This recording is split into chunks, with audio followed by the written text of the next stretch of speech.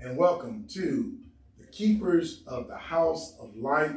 Praise Yah for us being here again today. Hey, brother. Hey, Shalom. Shalom. Shalom. Hey, brother Obadiah. Praise Yah. Hey, you know the day is Sabbath? It's the day, it's Yahweh's mandated Shabbat. So we are just going to begin this Sabbath like we always do with first thing with this class, the class title. You know, you're already smiling at me, so I know I got a problem here. The class title, our class discussion title is Joseph, the Hated Brother, or Yosef, the Hated Brother. And again, Yosef, the Hated Brother. As you all may know by now, my name is Yehuda ben Israel, and to my left, Uriah ben Israel. Obadiah ben Israel. Praise Yah. And we're glad to be here. You can't say that enough. Just to give Yahweh the praise on this day. It's holy. And these are the things that we have to do as a holy people. That means to be what? We set aside. Yahweh set aside a people to himself. That's what that means. You're sanctified. You're set apart. Don't mean you floating on a cloud. Say that again loud. Yeah. That doesn't mean you floating on a cloud. No, it don't mean you're floating on the clouds. So don't get so excited about saying, I'm a big time Hebrew, I'm a big time, I'm a Messianic Jew, big time. Because before Yahweh, you're like a filthy rag. So we have to humble ourselves. Through his son, Yahshua, he washed us up. But don't get it, if they say, twist it. Right. You got to earn this thing. You can't, I wouldn't say earn it. You're going to have to walk this thing, as we say sometimes, you got to endure to the end. Yep. It's a, you know what it is that a lot of our people, once they receive the word and they find out who they are, they say, well, this is our right. This is my right. No, it's a privilege. It's an honor to walk before Yahweh. And they're mistaken that. And they feel like, and that's what our father said. They said, are we not the cauldron? Right? They said, we the flesh. Right. Jerusalem's the cauldron. Yahweh can't do without us. Yeah. And so he showed them. He said, yeah, I'm going to kick you about the land and let the land enjoy her Sabbath. So That's it's true. the same mentality we see today. Same mentality. Right? And when we begin to walk around without vaunting ourselves up, you know, like we're something greater. Yahweh could have just as easily let you stay in darkness. Yahweh gets the glory, not you. How are you going to glorify yourself if Yahweh didn't bring the light to you, so to speak? We're the keepers of the house of light. We're not that light. We're not getting to decide ourselves because Yahweh has sent his only begotten son. That was the light. So ease down with that ego. Ease down with that. You're right, brother. Ease down with that. They missed the. I mean, I guess it's, they missed the walk of the Mashiach is what's overlooked. How the Mashiach would view things today, and how what he speaks on it. They said, well, the prophets. Right. The prophets serve their purpose, right? And their words are testimony till today. They foretold the future, but Yahshua, he was the fulfillment of the law. He is the ending of the law. So the things that he said and the way he declared things, he says, I say unto you. You know, we can go read, but he said, I say unto you. I don't say it's the law, but I say unto you. So he's showing, Yahweh said he's going to magnify the law and make it honorable. Right. You know, my brother, when you said the ending of the law, I mean, we have to be very, very careful because you know, folks out there going to think that it's the end of the law. I don't have to do it anymore. You know. I hear you. You're right. Yeah. So it's just at a point where nothing beyond that point. Correct. Everything points toward the Messiah. Well, everything points toward him. That's what we're going to talk about. Just that everything we've been reading, everything is pointing toward the Mashiach. Even when you talk about, we're going to do classes on this, the end times and different things, but that all points to Yahshua returning. I think we said earlier in the discussion, why are you so concerned about the day of Yahweh? The day of darkness and gloom. He's going to bring judgment to this earth. He's accounted all men to understand. Not just Everybody now, not just Israel, who he gave the law to, but now everybody. They've been imputed with sin. See, you can't sin if you haven't been given the law. He gave the law on to Israel, right? I want to make sure I'm speaking clear on his mic. Yeah. So he gave the law on to Israel. Israel was the only nation that sinned and broke the law. You understand? I do understand that. I know you understand. I do understand. I'm gonna let you do your reading for the intro to class, but I know what you're doing. But yeah, sometimes when you said, we all have to remember too that ignorance of the law is no excuse. It's that you were created, for the lake of fire. Well, if you don't call you. And what I want to make sure I'm saying about that is this.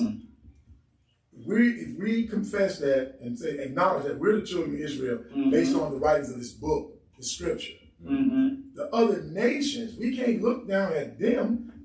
You are in America, the Americas, because the holy oracles were given to your fathers, right? That's right. It wasn't given to the nations. Your fathers sinned, and you're in the state of sin until Yahweh brings us out of this blindness. That's right. Because it wasn't the white man or the Asians and everybody, but it don't matter. You're the children of Israel. That's right.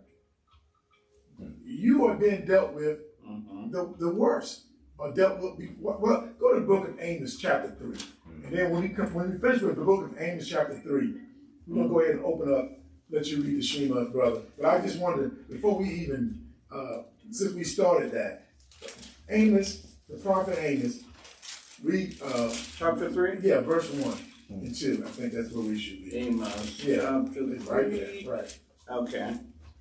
Just Let me know when you're ready, my brother. Amos. No, I'm in the book of Joel. What's going on here? Amos chapter 3. Yeah, I'm there now. Okay. Are you ready? You ready, brother? Yes, sir. We're ready. Amos chapter 3, verse 1.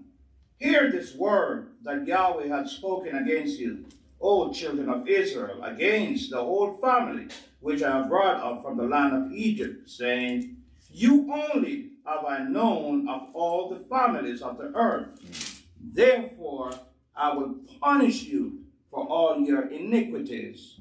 Can two walk together except they be agreed? So right there. So you can say, well, with the Gentiles, this, and the Africans and Hamitic people, well, guess what? They're not the holy people.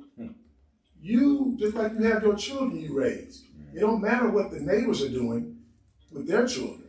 Your children have been given your law, right? Isn't that simple enough? That's right. And you gave them your law as mom and dad, or mom or dad, whatever the case may be. And you expect your children to do what you told them to do, come what may, right? Same thing here. And there's consequences and repercussions when you don't carry out what mom and dad say, right? And there were repercussions for us because our forefathers didn't do what Yahweh Elohim of hosts said do. I mean, we got a lot of people that came up among our people when they, we want to blame the nations. It was a slogan at one time: "Don't blame the white man." Yeah. Because Yahweh pronounced these things. Not one of his words is going to return void. Right. He says, "I'm going to use them as a strap to whoop." So how is that going to return void? Right. It's not going to return. We have to go through these things. They could not help themselves. As we see the things happening now, look at the tension that's brewing up. With the nations. Who's stirring them up? Right. Yahweh. Who's the host of the battle? Yahweh. You see what I'm saying? He says every battle of the warriors with confused noise and garments rolled in blood. Look at the confused noise that's out there right now. They don't know where they're coming in. They're turning left and right. What are we which doing? direction Yahweh's stirring them up. Exactly. Because he's going to bring judgment to them. That's right. Because they went a little too far when they put their hands on us. They went too far. They didn't show us no mercy. Isaiah 47, right? Read on your own. He was angry with us. He defiled us, but they brought forth affliction. They heavily placed their yoke on us. So before we get no further, I know Uriah is saying, brother, can we do the readings? So, brother, I'm going to turn it over to you, Uriah. What's going on? I'm sorry. Slow it down. I'm sorry, brother. Praise God. Let the spirit. I mean, this pre-discussion is so important, when we look back on the Shema, which, I'm going to read right now. Right. Because, it takes you all the way back that we need not only to observe, but we need to do it. We need to listen to the words, and that's what all this Shema is about. So let's go ahead and read the Shema. The Shema can be found in Deuteronomy chapter 6, verse 4 and 5. Verse 4. Hear, O Israel, Yahweh our Elohim is one Adonai, and thou shalt love Yahweh thy Elohim with all thine heart, and with all thy soul, and with all thy mind. That's the Shema. Okay. And if we go back into verse 4, there's only one God. What? No, not two. One God. Holy Spirit, the Trinity. Okay. What are you talking about? What? It's not three? It's not three? One God. Okay. All right, okay. Okay. It does say that. I guess I got that. Yeah, a lot of folks don't realize that it's only one. So let me, not stop, saying those words of the Most High. But let me take you to Matthew chapter 22. Okay. Because there, within that that gospel, we'll see where the Mashiach magnify also the Shema. Yeah, verse 22, chapter 22, we're going to pick it up at verse 34. But when the Pharisees had heard that he had put the Sadducees to silence, they were gathered together. Then one of them, which was a lawyer, asked him a question, tempting him and saying, Master, which is the great commandment in the law? Yeshua said unto him, Thou shalt love Yahweh thy Elohim with all thy heart, and with all thy soul, and with all thy mind. Praise Yah. This is the first and great commandment. And the second is like unto it. Thou shalt love thy neighbor as thyself. On these two commandments hang all the laws and the prophet. Praise Yah for that, brother. Praise Yah, man. Let's turn to Matthew chapter 18. And this is the reason why we are here today. Just one verse, verse 20.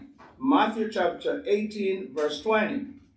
For where two or three are gathered together in my name, there am I in the midst of them. Who said that, brother? The Mashiach himself, All right. the Son of God. Hallelujah. Hallelujah, man. So we are authorized to do these things, through the Mashiach.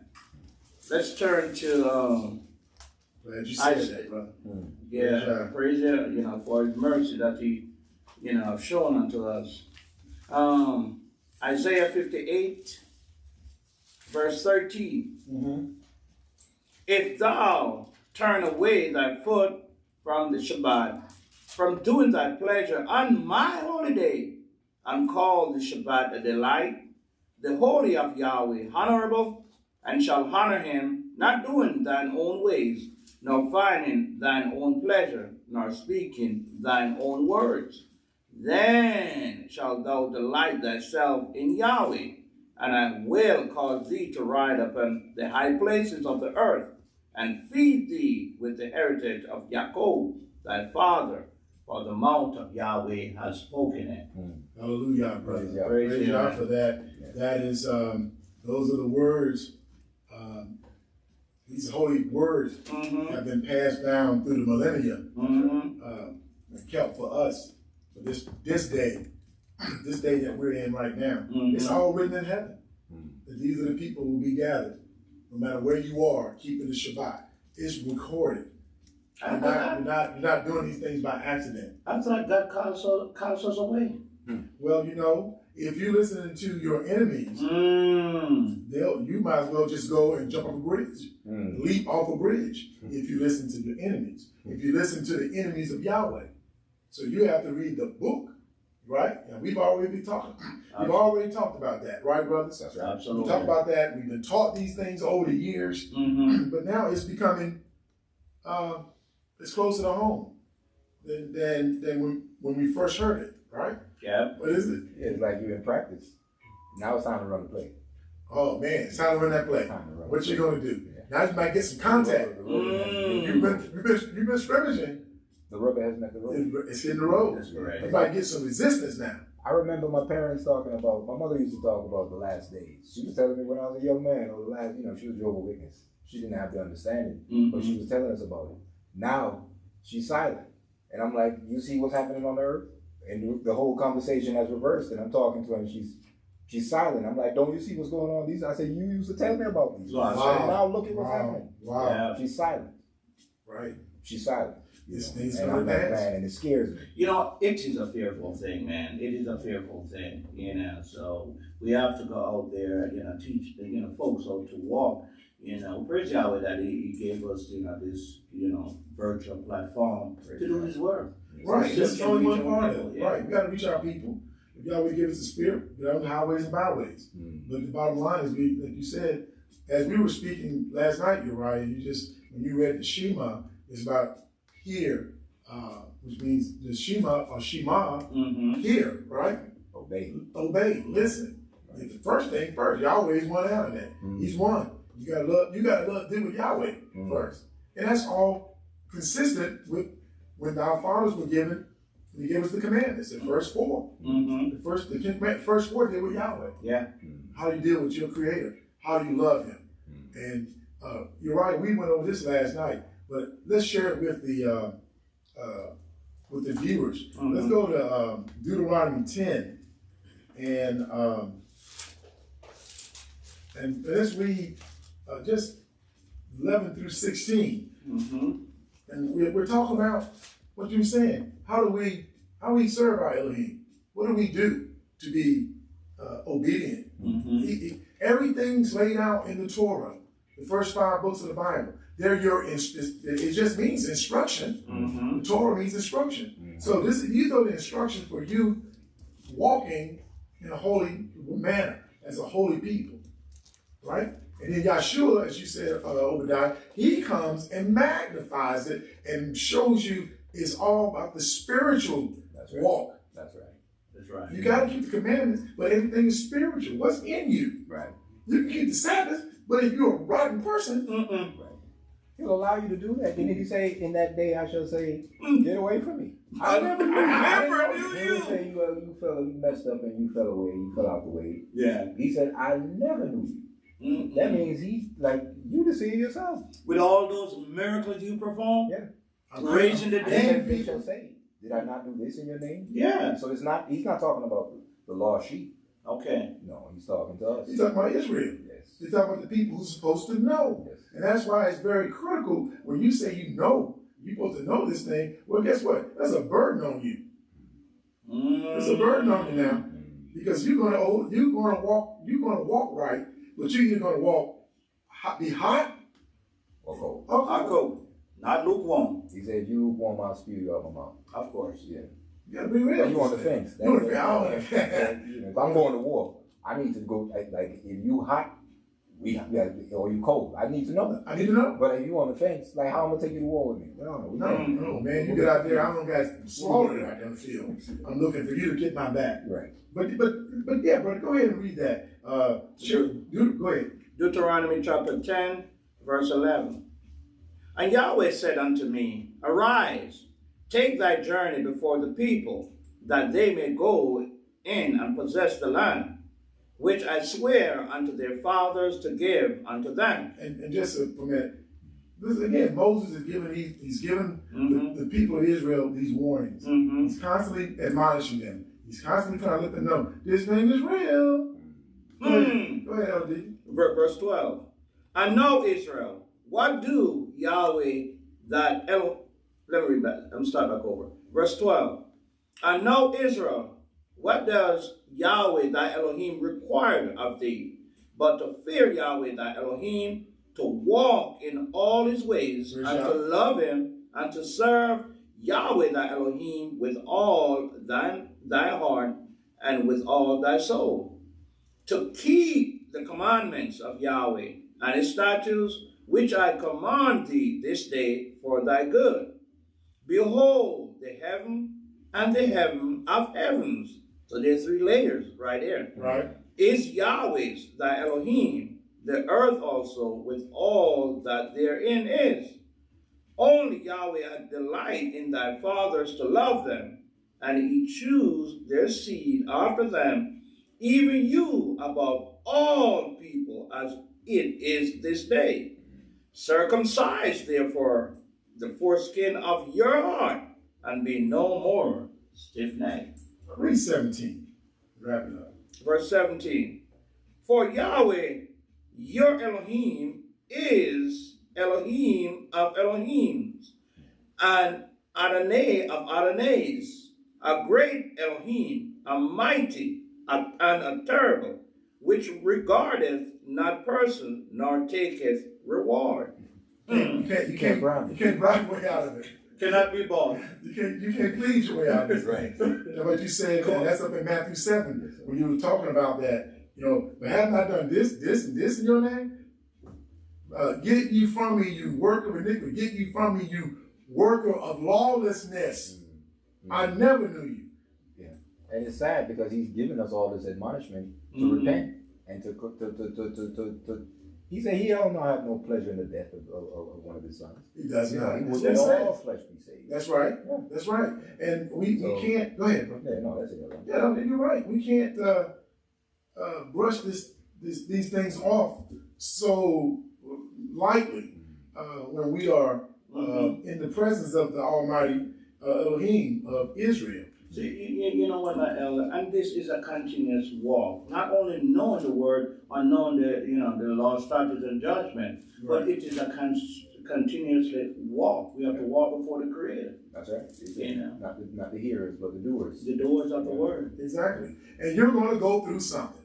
Yeah. You're going to have some adversity. Yeah. And our people, we have known nothing but collective adversity and I say adversity, oppression, adversity as a people, collectively. Yeah. And we've known these things individually.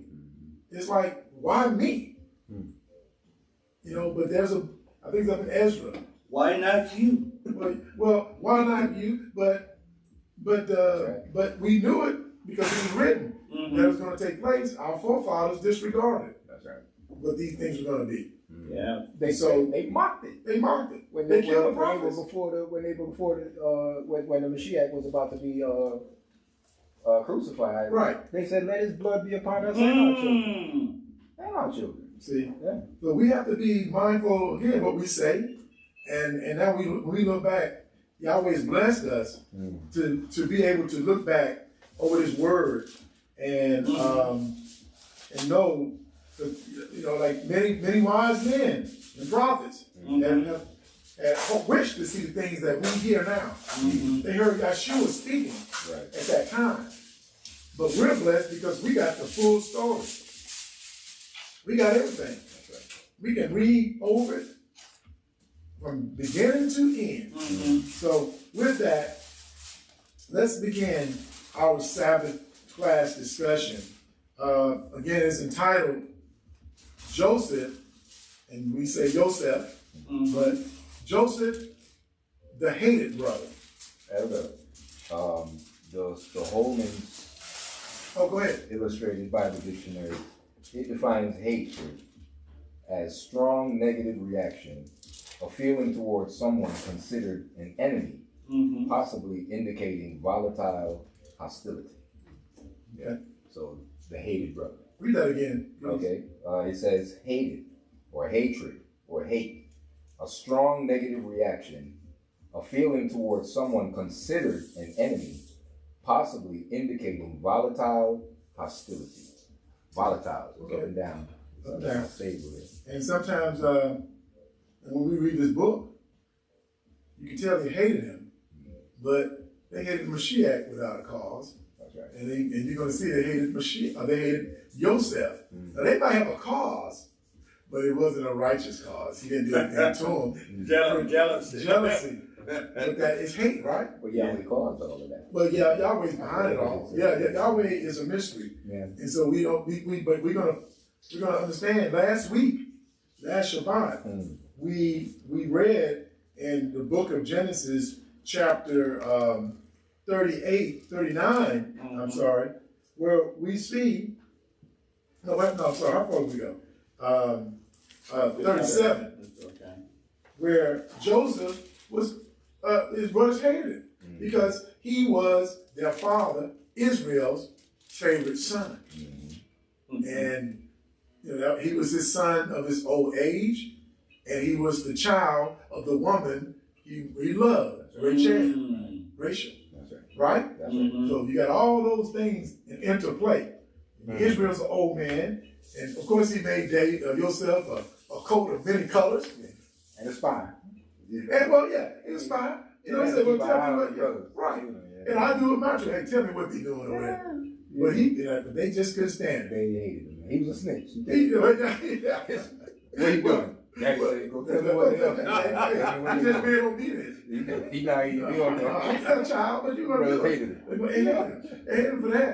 Because that dad's favorite boy, right? They have sisters and sons, brothers, and all of them. That's the favorite. And not only was he the favorite, when you read in Genesis 37, you begin to see that Joseph was special. That's right. Yahweh spoke to him in a dream. Yeah. See, that's how Yahweh dealt with his prophets. Okay. And that's all. And you're going to talk about that later on down the line when we get to Egypt, down in Numbers, when Moses is going to tell them, in Numbers 11, I think, right? When Aaron and Miriam showed out on Moses, aren't we? Don't Yahweh talk to us too? Right. And they said, and Yahweh didn't like that. No. He called them out the tent. He said, if I speak to one of you, I'm going to speak to you in a dream, in dark shadows. We'll read it specifically if we need to. Right. But not so with my servant Moshe. I talked to him face to face. I talked to him face to face. Yeah. So why were you not afraid of my prophet, Moses, when he's saying something? Right. You feel me? Right. How dare you? He made Moshe a god to them. He made him a god to them. And you're going to talk about Moses? Because he don't marry an Ethiopian woman? He's a black Shemitic man. Right. Hebrew married a black Hamitic woman. So let's make it clear. What's the issue? It was don't be thinking Moshe's a European and he married a black woman, an Ethiopian. Not the way they portrayed. They portray it that way. Yeah. No, it wasn't about no skin color. It's about nationality. But it was beyond that. There was a little jealousy toward Moshe. Correct. Yeah, correct. So it was jealousy toward Joseph in the book of Genesis 37, right? Because we had those dreams. Let's go there, Brother Uriah. Let's just give a little bit about that dream in Genesis 37. And he had that dream, right? Let's touch base with his brothers first. He tells his brothers in Genesis 37, verse 6, and read until you complete the dream, until you read it from 6 through down until you get to his father. I'll pick it up at 5. Genesis 37, verse 5. And Joseph dreamed a dream, and he told it his brethren, and they hated him yet the more. Wow. So there it is. Thank you for the definition up front, Brother Obadiah. Yeah. They hated him. That's in the scripture. Verse 6. And he said unto them, Hear, I pray you, this dream which I have dreamed. For behold, we were binding sheaves in the field, and lo, my sheep arose and also stood upright. And behold, your sheep stood round about, and made obeisance to my sheep. Brother. You should have told him that dream. But that's the spirit. Yahweh made him to make them hate him any more further. He was innocently telling his brothers. He's telling them a dream. Right. I had this dream. Right. He's just telling them.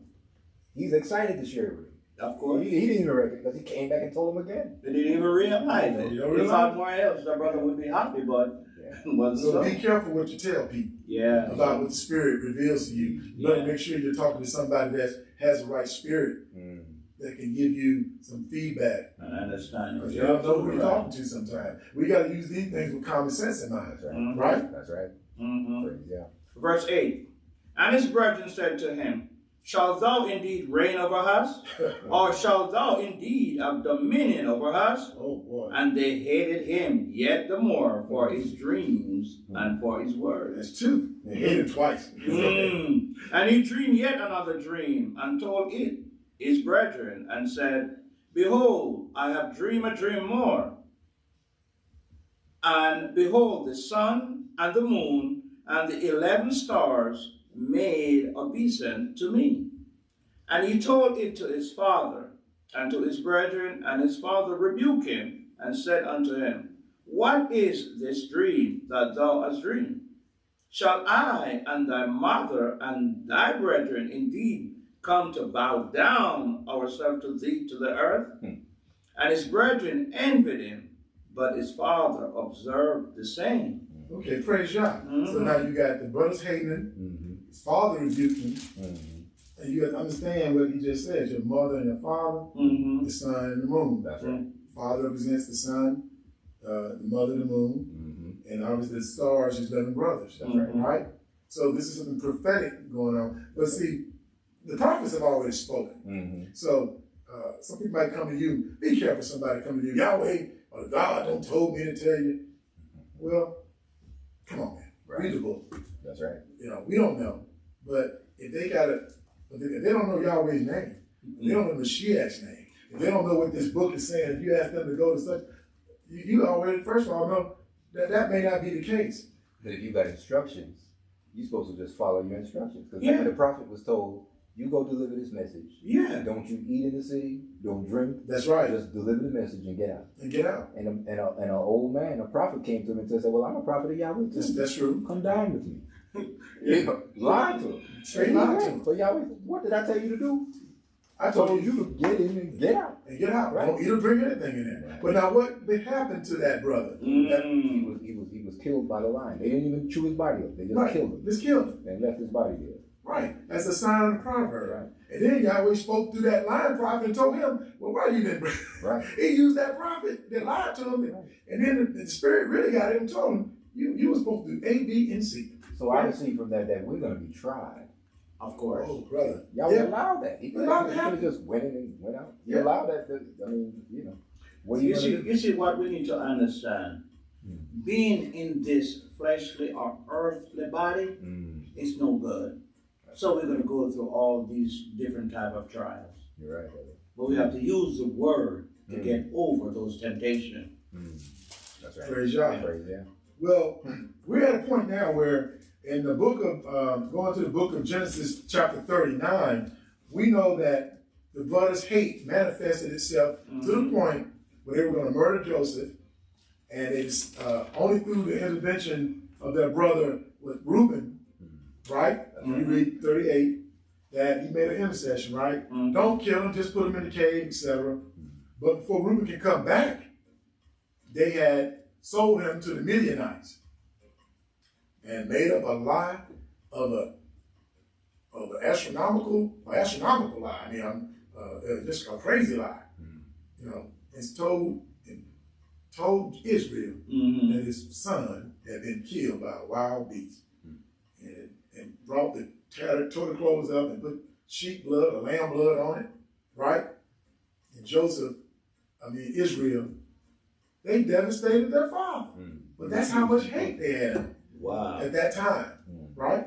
So we know Joseph has been sold now. The Midianites sold him into Egypt to a man named Potiphar, right?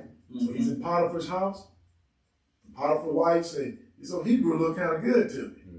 And she trying to get that brother to lay with her, right? And let's see how our brother Joseph handles that situation. While we're here, brother Obi.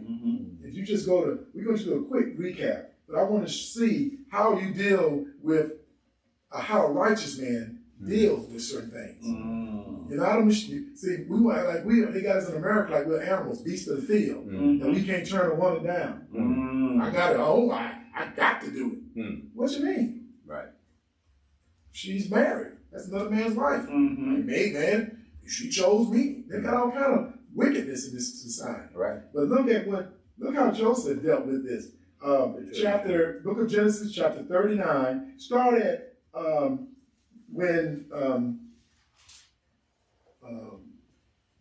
7 and take it, and we'll stop you. Okay. Genesis chapter 39, verse 7. And it came to pass after these things that his master's wife cast her eyes upon Joseph, and she said, Lie with me. But he refused, and said unto his master's wife, Behold, my master knoweth not what is with me in the house, and he has committed all that he has to my hand. There is none greater in his house than I, neither kept he back anything from me but thee, because thou art his wife. Okay. How then can I do this great wickedness and sin against Elohim? Oh my goodness. And it came to pass, as she spake to Joseph day by day, that he hearkened not unto her to lie by her, or to be with her. And it came to pass about this time, that Joseph went into the house to do his business, and there was none of the men of the house therein. And she caught him by his garment, saying, Lie with me. And he left his garment in her hand, and fled, and got him out. And it came to pass, when she saw that he had left his garment in her hand, and was fled forth, that she called unto the men of the house, of her house rather, and spake unto them, saying, See, he has brought in a Hebrew unto us to mock us. Her husband, he. Mm. No respect for a husband. He has brought in a Hebrew unto us to mock us. He came in unto me to lie with me, and I cried with a loud voice. And it came to pass, when he heard that I lifted up my voice and cried, that he left his garment with me and fled, and got him out. A bold-faced lie. Yes, sir. Bold-faced. And she laid up his garment by her until his master came home. And she spake unto him according to these words, saying, The Hebrew servant which thou hast brought unto us came in unto me to mock me. And it came to pass, as I lifted up my voice and cried, that he left his garment with me and fled out. And it came to pass, when his master heard the words of his wife, which she spake unto him, saying, After this manner did thy servant to me, that his wrath was kindled. And Joseph's master took him and put him into the prison. That's right. A place where the king's prisoners were bound, and he was there in the prison. An innocent man going to prison. Yes, sir. Verse 21. But Yahweh was with Joseph and showed him mercy. Right. And gave him favor in the sight of the keeper of the prison. And the keeper of the prison committed to Joseph's hand all the prisoners that were in the prison. And whatsoever they did there, he was the doer of it. The keeper of the prison looked not to anything that was under his hand, because Yahweh was with him. And that which he did, Yahweh made it to prosper. We covered that last week, but you see here, this is what, when you purport to the world today that you walk in righteousness, meaning that you are a servant of the Most High Yahweh Elohim of hosts, and have been washed in the blood of his son, Yahshua HaMashiach. You can't do this in the flesh, but the spirit was on Yoshua. Yahweh was with him, and he had these understandings. We talked about this before, Uriah, where the law was already in the earth. You know that was a wicked thing to sleep with another man's wife. And then he spoke about his master, his employer, or his master. He was a slave. You know, Yahweh blessed him in the house, right? That's right. You don't put him, elevated him. And the man trusted him. He said, why would I? He's done all these, he ain't got nothing back from me. It's been good to me. Right. Now why am I going to do him like that? She turned to use them same words and say that. Go ahead, homie. That servant that you brought up in that Hebrew. That Hebrew you brought up in to mock us. To try to mock me. Like that brother made some error in judgment and character for this slave. But you see, this book is more than just words on a page. These things are applicable in our day-to-day lives. Of course. You're going to be tempted like this. You may be tempted. Of course. To be, Joseph did everything he could do. He ran from the woman. But then, guess what? That wicked testimony remained. And he ends up going to jail. Many of our brothers are incarcerated. Many of our brothers. Should be in jail today. That's right. Many are in prison right now because of marijuana. Now all of a sudden they don't legalize it to make all the profit off of it. And now they already make all the profit. Now they got, they got the land, they growing marijuana by the hectare. They got stocks. Stocks in the market. They got a brother in jail. Well, You know, it was illegal when you were doing it. Well, bro, it's not a narcotic. Ain't nobody was going berserk off the marijuana. They were just, That's matter right. of fact, I was selling it to you. I was selling it to your kids. They were coming around here buying it. Of course. Right? But see, those are the things when you have wickedness, Right. wicked laws, targeted, selective enforcement.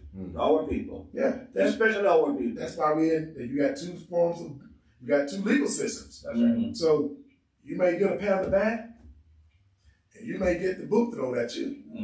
Right? It's all about your color. Yeah. You know, and that's just the way it is. But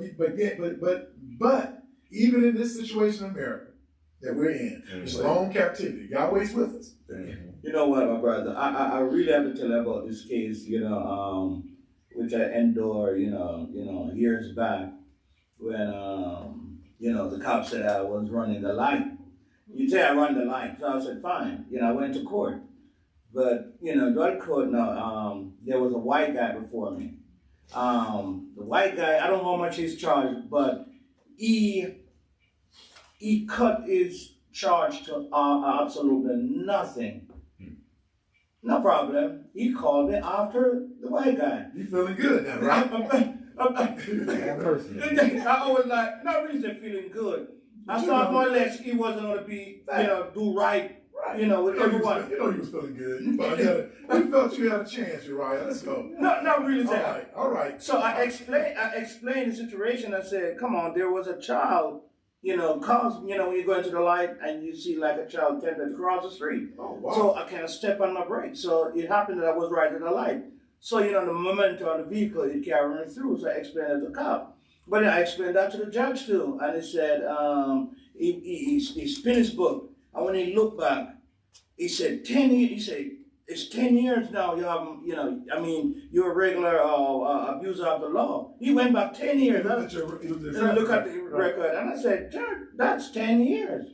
You understand? So you said 10 years ago? Yeah, that was 10 years ago. Okay. Why would you want to go back 10 years to charge for this one? I explained the situation to you. He said, oh, you have to pay $200. So I said, I don't have $200 with me right now. Can you knock it off to 50% because I've got money in my pocket? Because I negotiated too. And I said, you gave that white guy $50 to pay. So I said, I don't like the job. Man, he got so red.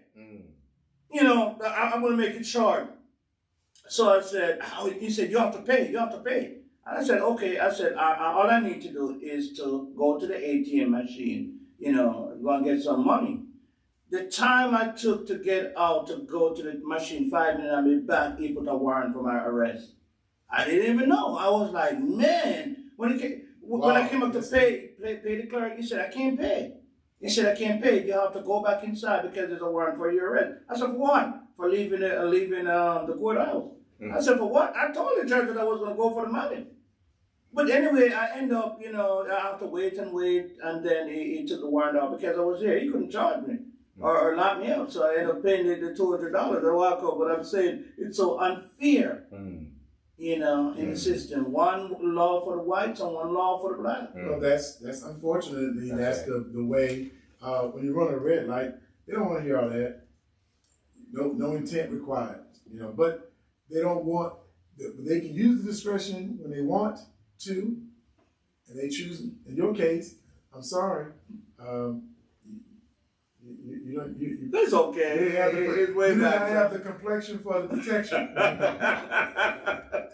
I'm sorry. Oh man. I'm sorry, but I don't be. It's all right. But again, that is played out every day, and it's not funny in one sense. But when you look at those more serious accusations, yeah, you know, and people don't want to hear about it, and as we are so beat down, we almost start aligning ourselves with the system, you know, because if you say, well, yeah, they should give them all that time. I said, well,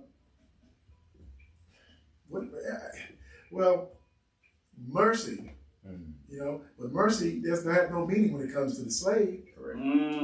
But Yahweh, but when we read this book, when we begin to see, Yahweh said, I'm going to put you, he told our fathers, I'm going to put you are, when he say you, he mean us, his seed.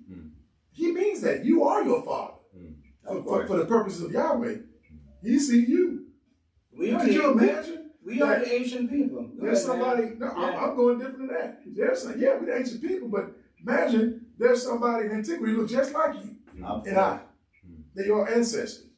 And when he said you are going to be placed in the hands, in the lands of your enemies. Right. You are your father, right? That's right. And your fathers. So we're here, not in the land of our friends and buddies, enemies. Right. So you are an enemy.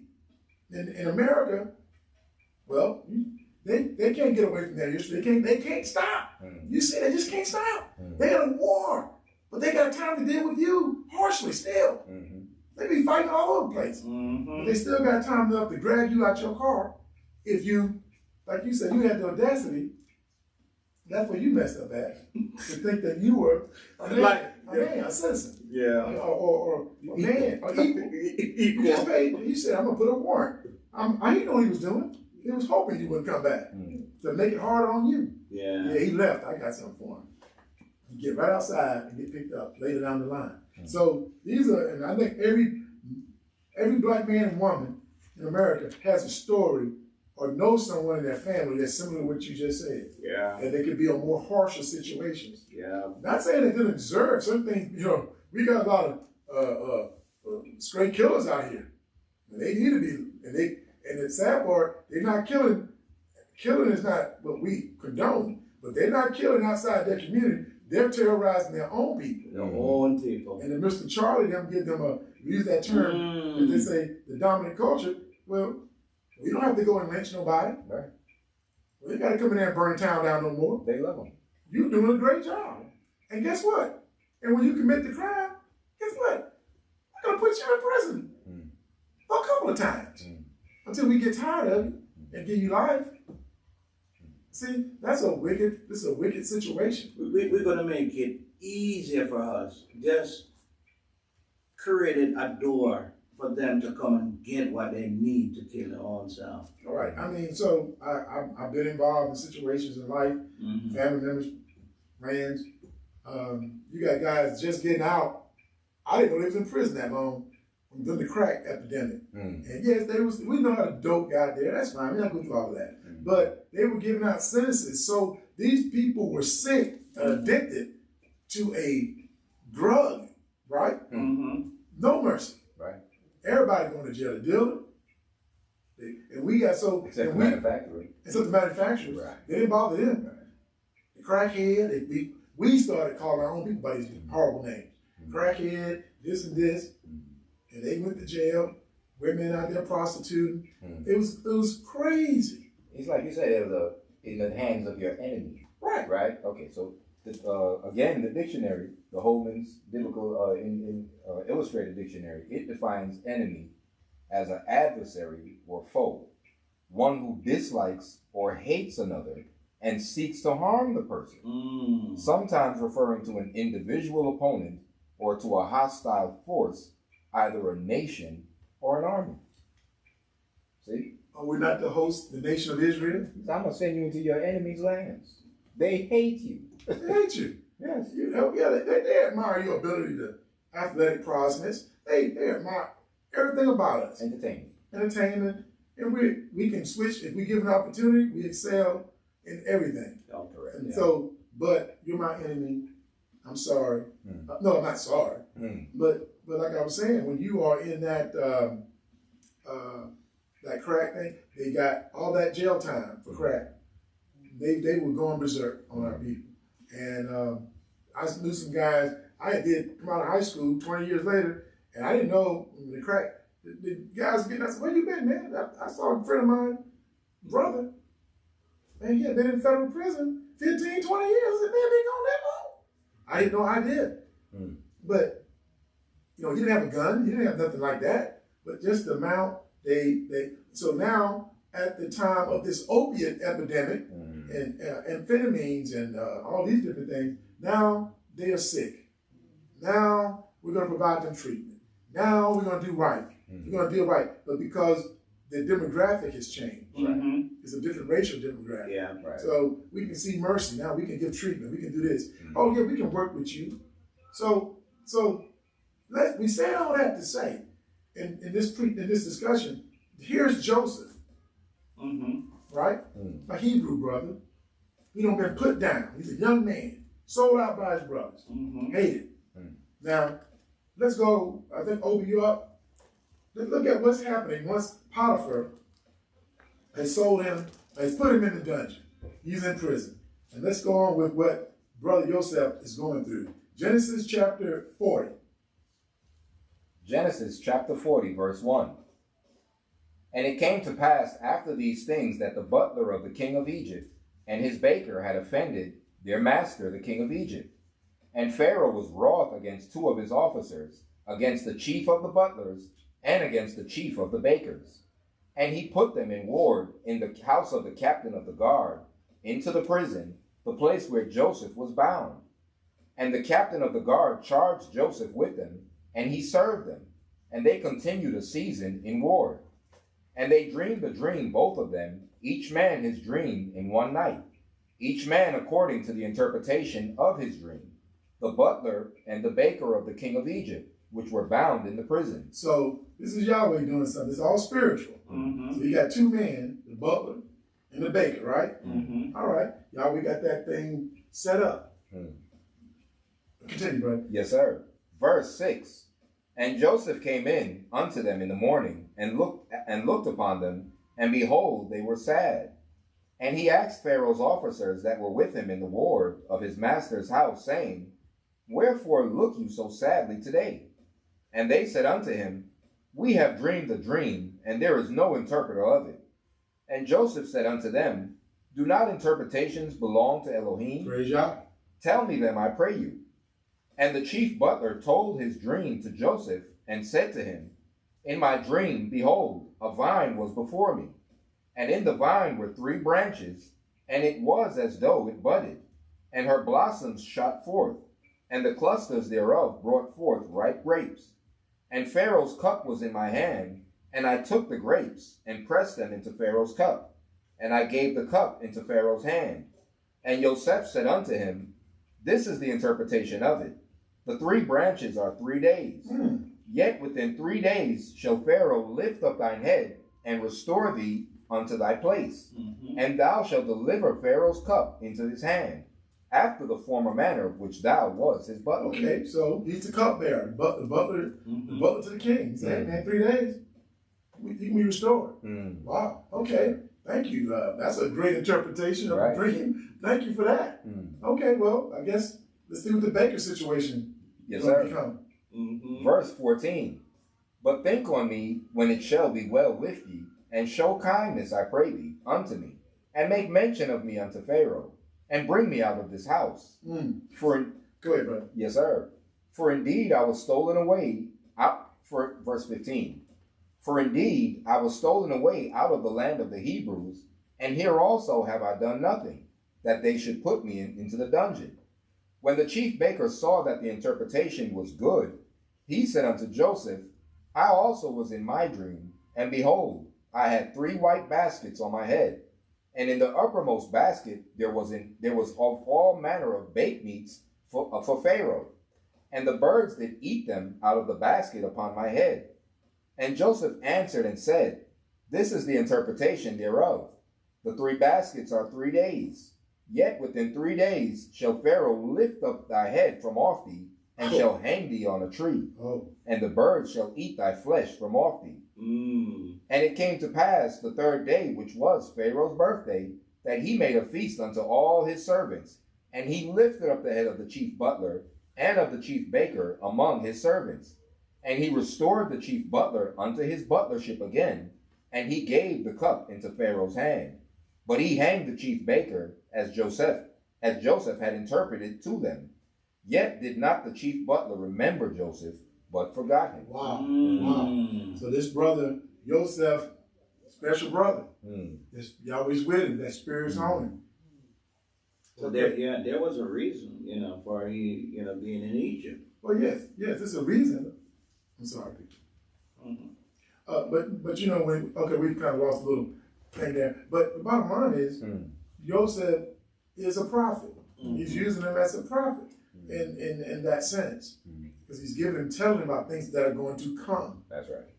Right? Right. And so I love when Joseph, in verse 8, you read, and when he responded about the dream, he said, and Joseph said unto them, the butler and the baker, do not interpretations belong to Elohim? Tell me them, I pray you. So this brother knows something intuitively that Yahweh is with him, that spirit's on him to do that. It doesn't talk about it, but you can tell. He was receiving dreams when he was a baby. He received the dream. He didn't understand why he was getting them. Right. But I can interpret your dream. See? But now, that's deep. When you look at verse 15, would you read 15 again? Verse 15. For indeed I was stolen away out of the land of the Hebrews, and here also have I done nothing that they should put me into the dungeon. You're right. When you see that, what does that bring to your mind when you read that? When you're just looking at that situation in verse 15, when he makes that statement. There's a line of the Hebrews. That's all I can say. Right. There is a line awaiting for us. Right. And then when you apply that, he's over there in Canaan, and the Hebrews are there, and he said, I was stolen away out of the land of the Hebrews. And here also have I done nothing that they should put me in the dungeon. I'm just talking. Well, were you not, brothers? Were you not stolen away? Of course. Were you not stolen out? Our true identity was taken away from us. And you were physically sold. That's right. And put on those slave ships, as well as your identity was stolen. It's deep. You say that. Me and Maisha was talking this morning, and she said they were trafficking. She said they trafficked their brother. They've been slave trafficking. That's right. They're trafficking. They sold them unto some slaves. Yeah. Oh, you mean they're doing it today? Yeah. Joseph did that. They sold it. They sold their brother. Joseph brothers did it. Right. And that was a normal. And let's be slavery was something that was known in antiquity. That's right. It happened. But the reason it's so special when it comes to us because we're the holy people. But just like us, we haven't done anything, that we can look at in the natural to be treated in such a horrific way. Our forefathers were treated, stolen away, sold into bondage by Hamitic Africans, the people there. We were in their land. That's right. But we have to go back. Why were you in the land of, why were you in West Africa? How did you get to West Africa? How did you do these things? But when you start studying, we got a book, Hebrewisms of West Africa, from the Nile to the Niger with the Jews. Yeah, that's it. And the binding, but that's just the book. It's a book cover. You can show the spine is broke out, but you can show that page, and then just open it up, and you can show them that. Okay. That can show them the title. But this book was written 1930. It's an academic piece. Hebrewisms of West Africa, from the Nile to the Niger, by Joseph J. Williams. Okay, we're going to kind of zoom in on that. These are tools you can read to find out that they did so much studying about about the continent of Africa. Why were they holding on to Hebraic culture? How did they get it? Okay, now I was able to get. You can get the book still, but it's gonna be hard getting that original cover because I was able to get it. If you find one, it's gonna be so expensive, but get it because these are the things that they had no idea in 1930 when the book was copyrighted. Let me make sure to double check, and I can tell you what's the copyright on that book, Uriah? 1930? Yeah. By Joseph J. Williams? Yeah, turn around. You speak so they can hear you, bro. You turn around. It's just kind of the spine on that one's kind of busted. What could you read? When was the copyright? When was the copyright, brother? It was copyrighted in the year 1930 by one Joseph J. Williams. Okay. Now, my mother was born, she's deceased in 1927. So, and this was a thorough piece. This wasn't written for black people. This was written for European academics, and they go through a great detail of analysis of the people, and they have great citation. They've been studying for the longest, right? And in that book, they show where the children of Israel migrated when they left out of Jerusalem.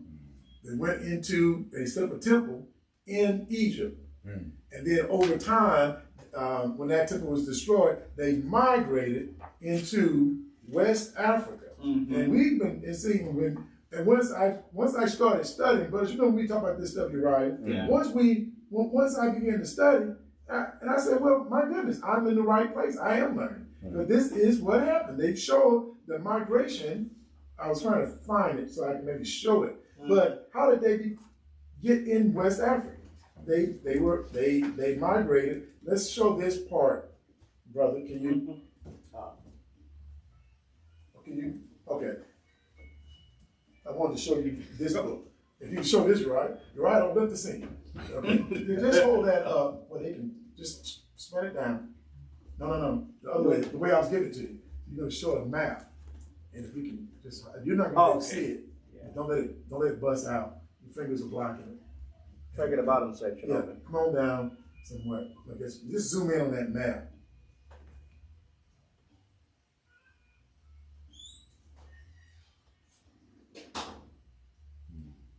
You got a good shot? We're on it. Okay, it is kind of, the paper is kind of glad. Yeah. So you got it in the light. Can you drop it down some more? If we can do that. Is that better? Yeah, a little bit more. Right, yeah, it's not picking it up. Yeah. Okay, but for the purposes of discussion, you see Jerusalem is on the map. When they came to Memphis, is in Egypt. They had an Elephantine. Our father set up a temple in Elephantine, Egypt. And then they show you coming down Elephantine to Meroe, which is in Sudan, to Khartoum, and where they migrated across the Sudan, coming into West Africa. Okay, that's what I wanted to show. But I know you probably couldn't see it visibly there. But this was in the 1930s. So they know that the Israelites, the Judah, got into West Africa.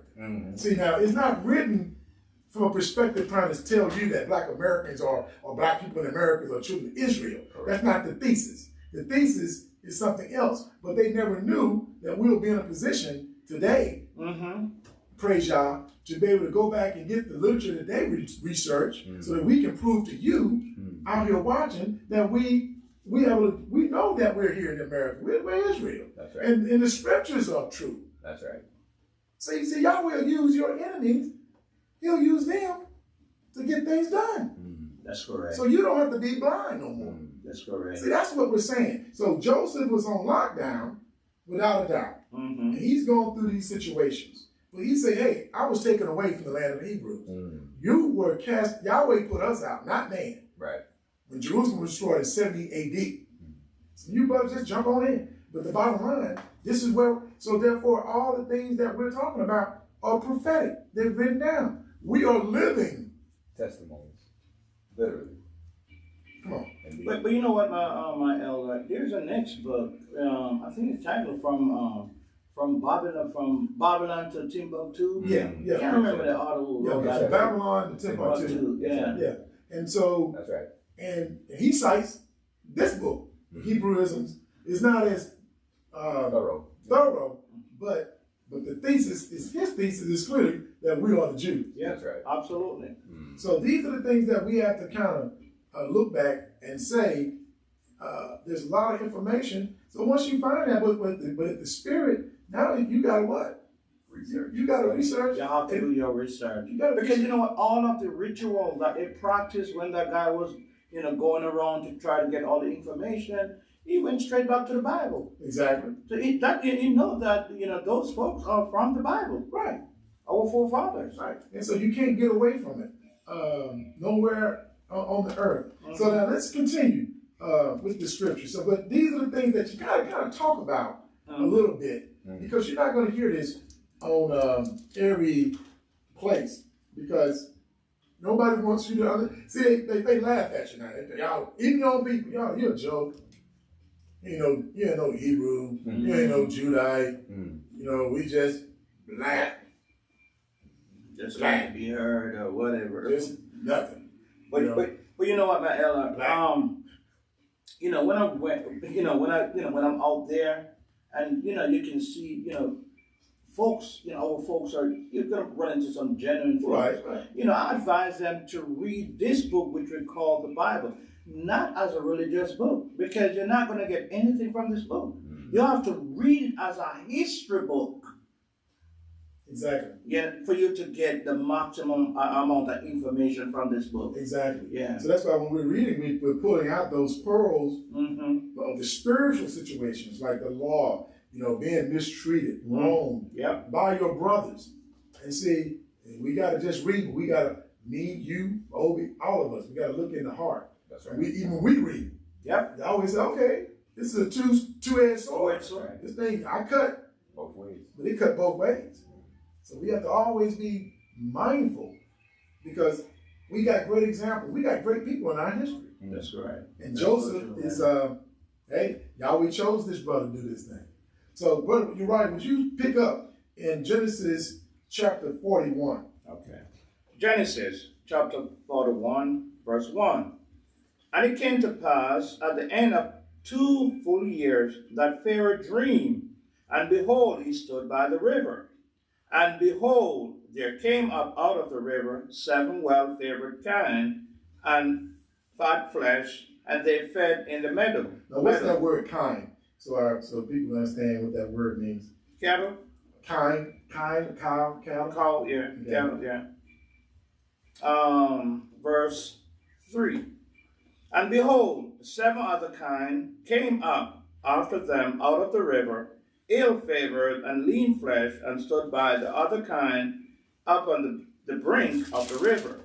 And the ill-favored and lean flesh kind did eat up the 7 well-favored and fat kind. So Pharaoh arose.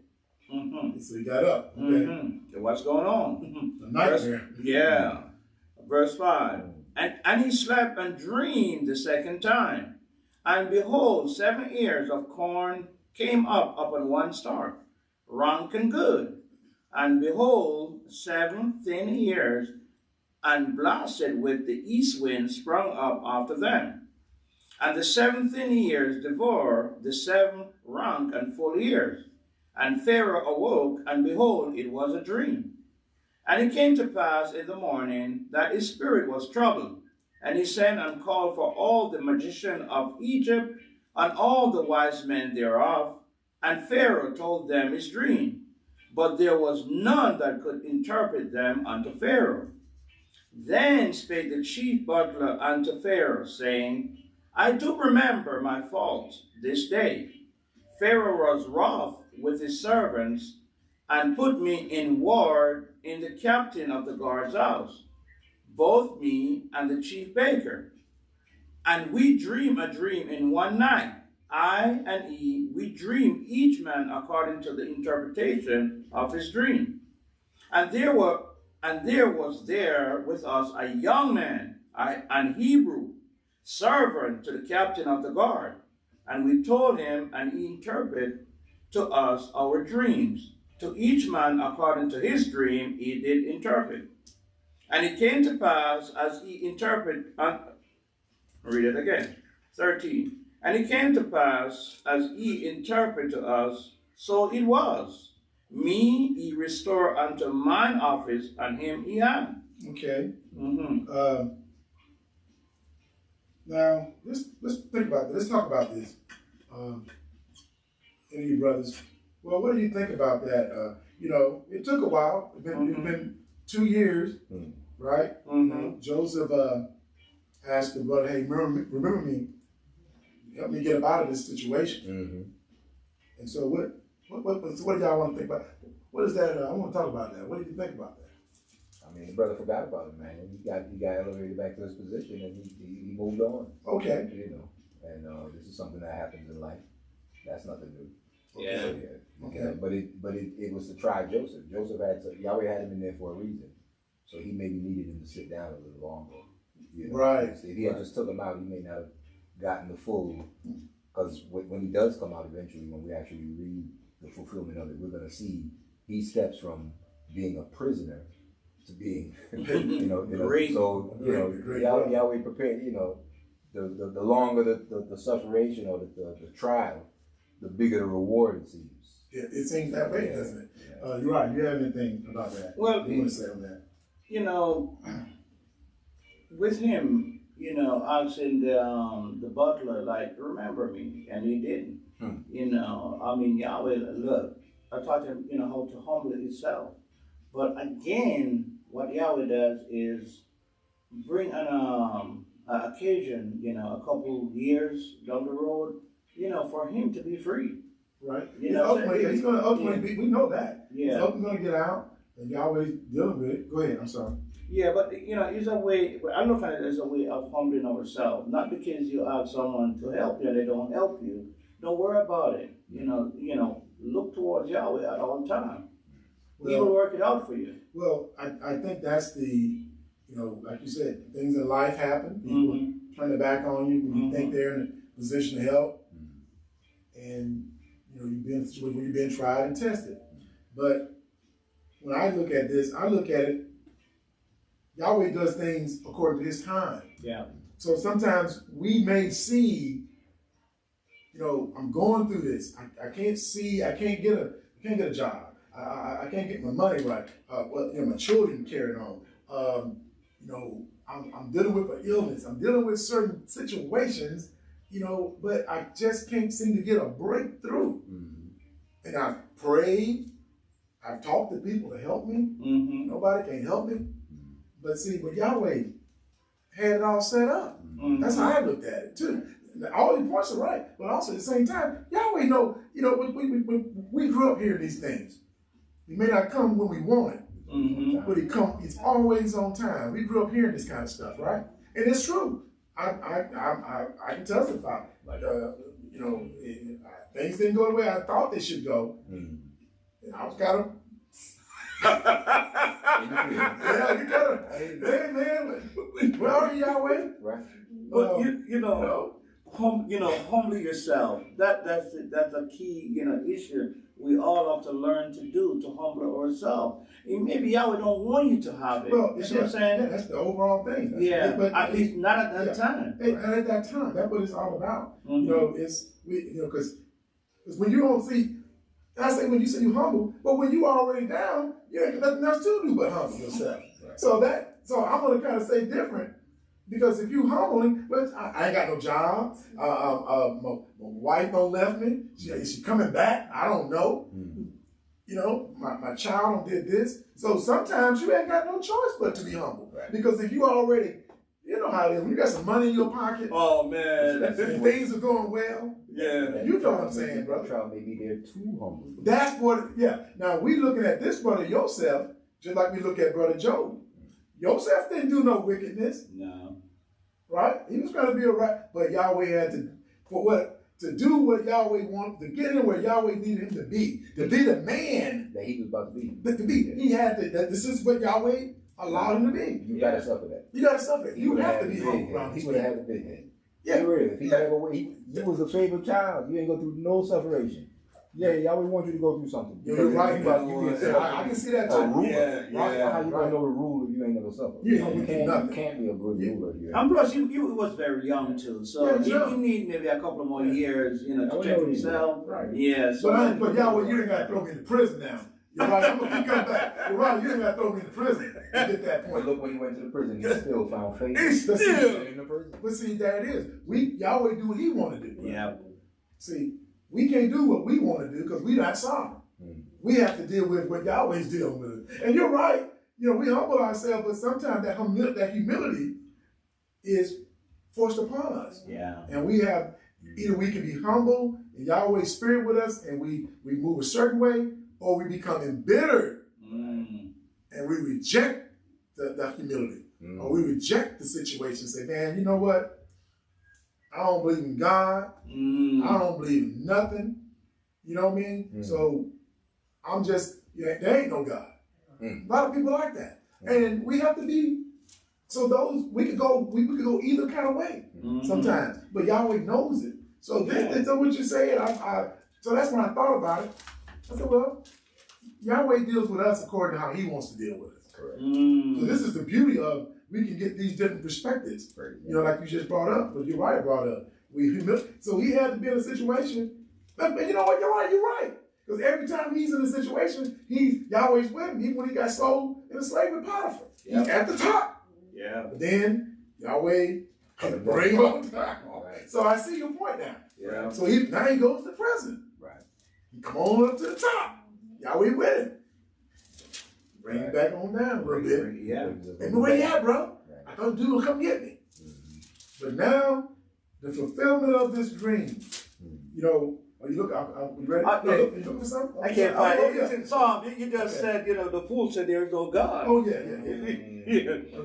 That's a fool. But then again, that flesh, like you said earlier, things are not going for them. You know, we get upset, man. And we, I've been there, but I feel like, man, there's, and even as our people, I think somewhere in Ezra, hopefully we can find it, where he talks about, me and the brother was talking about it, but the prophet is saying, you ain't dealt with nobody like this. You got Israel going through all this stuff. Right. You ain't dealt with the heathens like this. And they don't even call on you. They ain't thinking about you. But you got us, your people, we getting beat up. You're putting us through this storm, right? Absolutely. And there's a reason for it. Well, we read that earlier. Okay. Why does require? Yeah, right. Yeah. Oh, you mean in Amos? Yeah, Amos. Yeah, but this is what we got a better promise though. You going through something, but wait until Yahweh is going to deliver you and put you on high. Just like with yourself. You down in the dungeon, you down in the mire. This Hebrew is in the mire. But yet, Yahweh got something for him, and Yahweh got something for us collectively as a nation. That's right. And as individuals. But it may not be the way we want it, but we got to stay faithful. They don't talk about faith. But he got faith, right? That's right. You know he got faith. So you know he calling on Yahweh. You know he praying to his God on his father. We got to assume Joseph is calling on Yahweh. He's not forgot the God of his father, Jacob, and Esau, and Abraham. He's been taught by the best. He's been taught by the best. So continue, man. But this thing is, so his day's coming. Yeah. So, but the butler came to his, but the butler did confess. Right. You know what I mean? But he say, my fault this day. So sometimes, like, the spirit, you might think a person is doing this, but the spirit got to come in sometime. And, oh, man, you know what? Hey, I forgot to tell you about that, Obi. This and this. Yeah, it wasn't time. It wasn't time. But then it was time. I was not bound by space and time. So that's correct. When it was ready, it was on. Sorry, it's time. He brought, because thoughts are suggested. They're living things, right? You're right. So the thought was, he said, now my thoughts came back to me, right? And you brought that thought to him, man, my servant down there, go get him out. At a time. But it had to be that time. When Pharaoh had that dream. And what could he do before that? Served no purpose prior to that. He said, hey, master, he couldn't go talk to the king. Just start talking. To interpret it that. Come on. Well, you know what, you said something there that, I was a son of the law. Sometimes you will commit a sin and you just can't remember that sin so you could repent, for the sin. Yahweh is the one, when you're doing your prayer, to ask Yahweh to bring, what you transgress against him so you could repent. You do have to include that in your prayer sometime. That's it. That's you're right there, because Yahweh said, I will lead you away with the workers of iniquity. So if he don't allow you for that thought to come back to your mind, then you ain't even going to consider it. Okay. Yeah. Praise God for that, man. So continue, man. Genesis 41, verse 14. Okay, verse 14.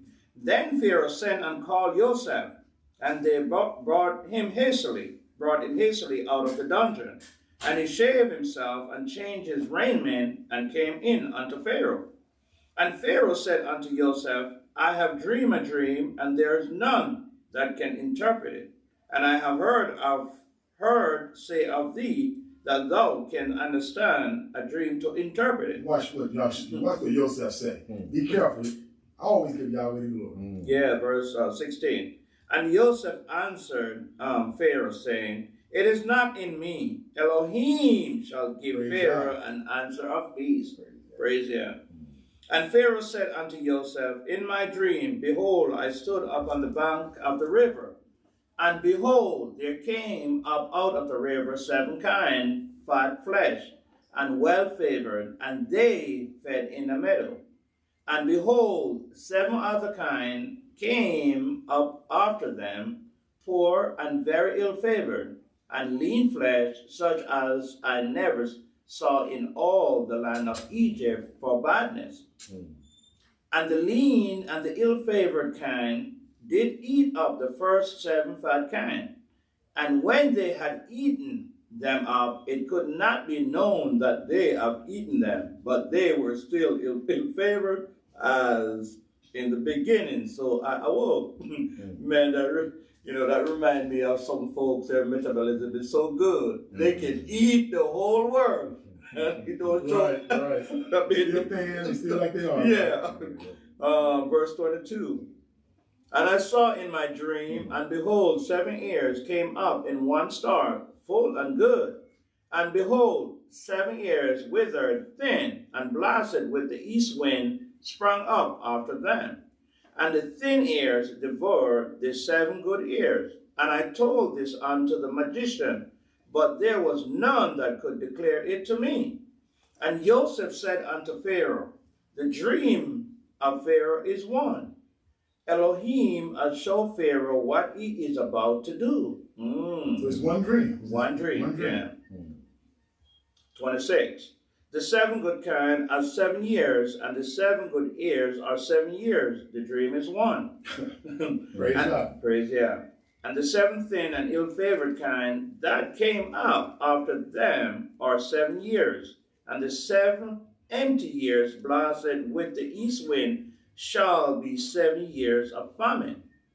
This is the thing which I have spoken unto Pharaoh. What Elohim is about to do, he showeth unto Pharaoh.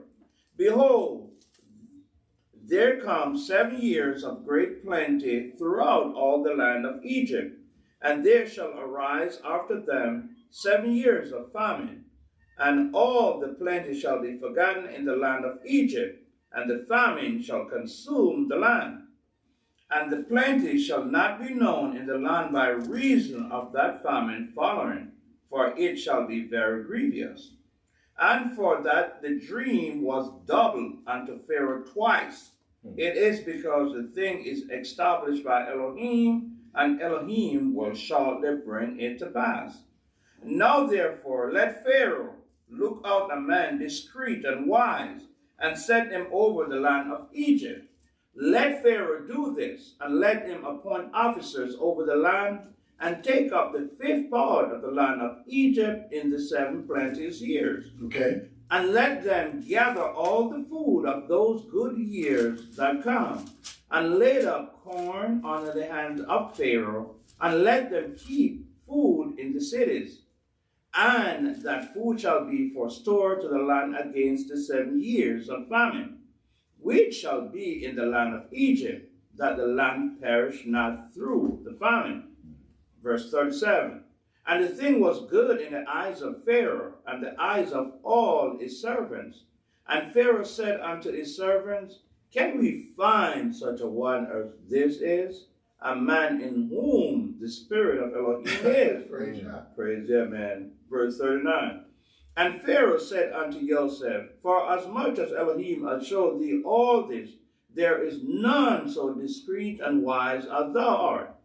Thou shalt be over my house, and according unto thy word shall all my people be ruled. Only in the throne will I be greater than you. Pause, brother. Mm. Come on.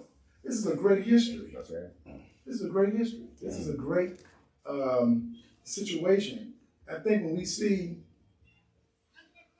we can look and get encouragement. Mm-hmm. No, am I Joseph or Joseph? No. Are you Joseph? No. Are you Joseph? No. But we are blessed under Yahshua HaMashiach. We're blessed under the blood of Yahshua. We got to call on Yahweh through the Mashiach. That's right. So we are in that same covenant. We got different purposes. We can call around God. That's right. The one true God, the one true El, right? Praise God. So if he brought Joseph out of the dungeon and exalted him, he can bring you out of whatever situation you're going through. That's right. Praise I don't God. know what you're going through, right? So sometimes we forget, you said it earlier, we forget sometimes earlier, we get caught up in the Hebrewisms, and we start, I said, hey man, hold it down. Hold it down, and we're this and that. I said, listen, one thing Christianity should have taught you, the Christianity of our fathers, how they believe these black people coming out of bondage, coming out of slavery, going through hell in America, just so you could get yourself to staying alive, so you could be here today riding around in a Lexus with a big house, with education. That's right. If they had gave up, Where would you be? what would you be? That's right. If mama had gave up, some of you talk about, that's why we about women. No. Some of you, all you had was a mama. That's right. If your mama had threw you in a garbage can somewhere, what would you be? That's right. How dare you belittle them? Don't do that about them, because without that, some of you had mama and there was no dad. The dad didn't give a darn about you. That's right. Didn't do nothing. If you had a mama, you would have a piece of bread in your mouth. Let's be real. That's right. Because my father died. You know, so and so my mom was a mom and a dad to me. Likewise. You feel me? Yes. So you know what I'm saying. I'm just, you know what I'm talking about. So if she didn't do what she did, I wouldn't even be here. She's not here. So we got to use our brains. You know what I mean? That's right. Think about what Yahweh has done for us. You know, well, that's why those people are here. Big Mama and all those people. Just because they were not in this truth that we're in, their lesson. You know what? You're stupid. They got more wisdom and understanding than you. And you got the book and the prophets and the gospels. No excuse. Don't got baptized in the blood of Yahshua, and you still simple. The book say, how long you gonna be simple, Israel? What kind of spirit you got in you? That's what we talk about these things. We gotta have mercy toward other people. We gotta have mercy, because you want mercy, you gotta show mercy. These things are referred to as the weightier matters of the law. That's correct. That's what the people try to sidestep. No, we can't do that. You can't sidestep. Those things of the law, man. We can't do it. So here, this is a beautiful situation, what you just read, brother. You're reading something that goes beyond just the letters. This is how Yahweh works. He dumbfounds people. He take the what? The weaker things, the baser things. Confound those that are almighty. That's right. He confound them. That's right. How he gonna confound later on his brothers? How this happened? Right. I thought that you were dead and gone, man. Here you are. Ruler. You're a ruler. Right. And they came bending on these. And then the dreams were fulfilled. Yeah. Everything. And Jacob fulfilled all of them. And he didn't have to ask for it. They did it with him. Where do I bow? Where should I bow? What part of the house I should bow before you? Right. See, these are the things. These are things that we have to understand. Keep faith. Yeah. Yahweh's still in control. It's hard, you know. But we're not talking spiritual Christianity. We read in the book. That's right. Yahweh's showing you that His servants go through things. You got to go through something sometime to get with this Creator. And Yahweh there's nothing new under the sun, because He brought dreams to the king. Pharaoh the king. Exactly. Later on in the line, we're going to read about prophets like Daniel, right? Nebuchadnezzar. He received the dream. Exactly. And verse 25 we read in Genesis 41. It said, Joseph said unto Pharaoh, the dream of Pharaoh is one. Elohim has showed Pharaoh what he's about to do. Exactly. See? And then now we go to Daniel. Right. Chapter 2, verse 45. Verse 25. Yeah. It says, hold on. Go ahead, take your time. It's verse 29. It says, as for thee, O king, thy thoughts came into thy mind upon thy bed, what should come to pass hereafter? And he that revealeth secrets maketh known to thee what shall come to pass. Praise Yahweh. Yahweh's in control. He's in control. At all times. Go to Amos 3, brother. Go to Amos chapter 3, verse 7. And that confirms it's just, you say Joseph's a prophet. You just read it, Daniel breaking it down. What does the prophet Amos say? I think it's Amos. Amos 3, verse 7. That's right. Amos chapter 3, verse 7. Surely Yahweh Elohim will do nothing, but he revealeth his secret unto his servant, the prophets. That's right. Come on, brother. That's right here. See, this book ain't got it. Yahweh is line upon line. So like you said, Yahweh's consistent. He ain't got a lie. These prophets, that's why everybody, all the nations respect this book. Now, they don't know who we are, but they respect this book. That's correct. You feel me? So they know that Yahweh talks to his prophet, Joseph a prophet, and he's speaking to him. That's correct. You feel me? And so what can you do with that? Only thing Pharaoh was to say, man, come on. I can't find no one. I can't find no one. You're that guy. Yeah. Say that, though. Yahweh uses the weak to confound. Exactly. This is a slave. It's a slave. See? But Yahweh gave the dream to the king, and he called his wise men and his astrologers and magicians. They couldn't interpret the dream. Same thing with Nebuchadnezzar. Right. They couldn't understand the dream. Right. But that slave, that servant, he understood the dream perfectly. And told him, and didn't want no glory for it. They don't know. Hey. You know. But that's why I said earlier, Yahweh is going to do us the same way when he returns our captivity. We are slaves. The people of the earth look upon us as slaves. They ain't nothing, black people. But Yahweh said, I'm going to put them over you. These are my people. And you didn't do what the prophet's going to say in that day. You didn't do nothing to them. I did this to them. And I'm going to take that reproach off of them, and you're going to bow to them. Not because we're righteous, so good, it's because the Mashiach going to be on the throne, and that Yahweh going to show all the nation, oh yeah, you did these things. But guess what? Now you got to deal with these holy people. That's right. They're going to come to you and bow down to you. But see, in order for you to be in that place, you can't have a mind like you got now. Right. See, right. You got to Yahweh going to purge and refine you in that wilderness if you make it. And if you're resurrected, you're good anyway. That's right. So don't worry about dying. If you die before you get up out of here, Yahweh got you. Yeah. He said, I'm going to resurrect you. You're going to be good either way. That's right. Right? So ain't nothing. Death ain't got no sting. We don't even see. If I don't see getting on a ship, so what's the deal? All you have to do is endure to the end, to your end. Not my end, your end. That's right. You got to walk the walk according to where Yahweh put you. Some people go out, as we look at things, it's horrible sometimes. You know? It's horrible. That's right. They might be mentally ill, they live and die like that. But guess what? Is anything too hard for Yahweh? Again, we say that all the time. Yahweh can raise them up in their right mind with a new body. I'm looking forward to a new body. I'm looking forward one way or the other. I'm going to get it. Are you going to get it? Whether you like it one way or or the not? other, I'm going to get that body. And we talk about, why not me being that brother in the wilderness jumping up like a lark? Why not me? That could be me. That could be written about me. That's right. I could be that brother. That's right. And But Yahweh will be glorified. and he'll be glorified. But basically, this book is written about you anyway. Thank you, you're right. Praise God. Yeah, you believe it or not. I'm with you. You We all better believe it. You better, if you don't believe this, That's you right. ain't got no hope. Without faith, None it's impossible whatsoever. to please Yahweh. What you say that again? Without faith, it's impossible to please Yahweh. You gotta have faith to please Yahweh. Yeah.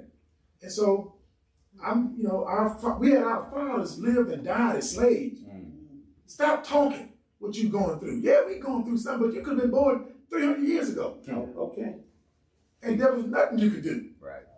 Just get beat and work. I would have took that. Yeah, you would have took it. You'd be dead. You would have killed you, bought another slave. You find you on that tree right Yeah, there. make an example out of you. Yeah. And that's why they're ashamed of their history. We shouldn't be ashamed of nothing. But imagine how people deny their history. Don't want We to got talk some about folks say, man, I was never slaves. Really? And so you are in America. Right. Until they do something to you. Now you want to sue. Right. Now you want everybody in the world out on the street demonstrating with you. You see, That's be right. careful. Because Yahweh don't look at the strength of a man's legs, that of a horse. He don't even look at your body. He don't even care about how you look. He made you. Yeah. So what are you concerned about how you look to him? That's between human beings. That's what men do. Can you imagine if all of us look like you? Oh man, y'all be, There would be so much confusion in the world, man. Well, Come on, man. yeah. Well, yeah, I can't look like, because, but the thing about it is, Saul was made king. Later on, we're going to realize, but he was made king out of Yahweh. But Yahweh was mad, wasn't he? Yeah. Samuel told him, hey, they're not rejecting you. They want a king. Right. They're not rejecting you, Samuel. They're rejecting me. Of course. I thought I am the king. Right. He said, I'm going to give him a king in my wrath. Yeah. He gave him Saul. Saul was tall. I guess good looking too. That's right. Right? Oh, yeah. That's our king. Good looking brother like this. Oh, man. But the height and everything else. Everything going for him. But when the spirit was on him, but he couldn't maintain it. Unless that spirit was always, he had something in him that wasn't going to do that right. Yeah. You know what I mean? He had some character flaws in him. Correct. And then who did Yahweh go send for? Go, you get over here to Jesse. Okay. And Samuel heartbroken about it. And Yahweh told me, look, I don't told you, Saul is not going to be king before me no more. Period. How long are you going to mourn? It ain't going to go down. Get on up, get your flag, go to Jesse's crib and anoint my king. And he still made excuse. He said, you might kill me. You might kill me. So find out. I don't want to go over there. Man, go over there. Go over there. I tell you what. I'll tell you what to say. Right, I'll tell you what to say. Man, this book is beautiful, man. And see, that's why when you get this word, you don't have to worry about what to say. This is the spirit. We just talking. Correct. Because the spirit going to give you what you have to say to glorify him. So we may say, well, Yahweh, what we going to talk about? You're right, Obi. This is why the Mashiach said, let the word dwell richly within you. Right. Not your words. His words. Yeah. His words. You don't even get what you got to say. What you going to say. Right. Well, who can you say? Correct. Only thing you can do is say, thus says Yahweh. Correct. If the Spirit give you something to tell somebody something, to encourage somebody, you do that. Exactly. But if you ain't told you nothing, be quiet. Be quiet. It might save your life. But go ahead, you're right. I don't want to hold you up, brother. You're in verse 45, I think. No, we're in 41. 41? I apologize. Yeah, I think so, 41. Yeah, we're in the book of Genesis 41, verse 41. And Pharaoh said unto Joseph, see, I have set thee over all the land of Egypt. And, that's right. You're right. Okay. That's right. And Pharaoh, verse 42. And Pharaoh took off his ring from his hand and put it upon Joseph's hand. Wow. And arrayed him in vestures of fine linen and put a gold chain about his neck. And he made him to ride in the second chariot which he had. And they cried before him, bow the knee, and he made him ruler over all the land of Egypt. And Pharaoh said unto Joseph, I am Pharaoh, and without thee shall no man lift up his hand or foot in all the land of Egypt. Praise Yahweh. Oh, man. Praise Yahweh. You know, you see that power, Yahweh? And we might say today, man, God dog, yourself don't came up. You don't came all the way up. You don't came all the way up. So be careful who you talk. See, it's something we got to be careful about too. Yeah. When you talk about somebody, be careful what you say about people. That's right. Situation. That's right. You don't know what Yahweh dealing with them about. Right. Now, Yahweh turn around and uplift them, and you coming down. And you looking at them. See, be careful. That's right. I was raised like that. This goes before I knew Yahweh's name. Be careful what you say about people. That's right. These old black people, you say they were slaves. Now Yahweh had a spirit on them in America.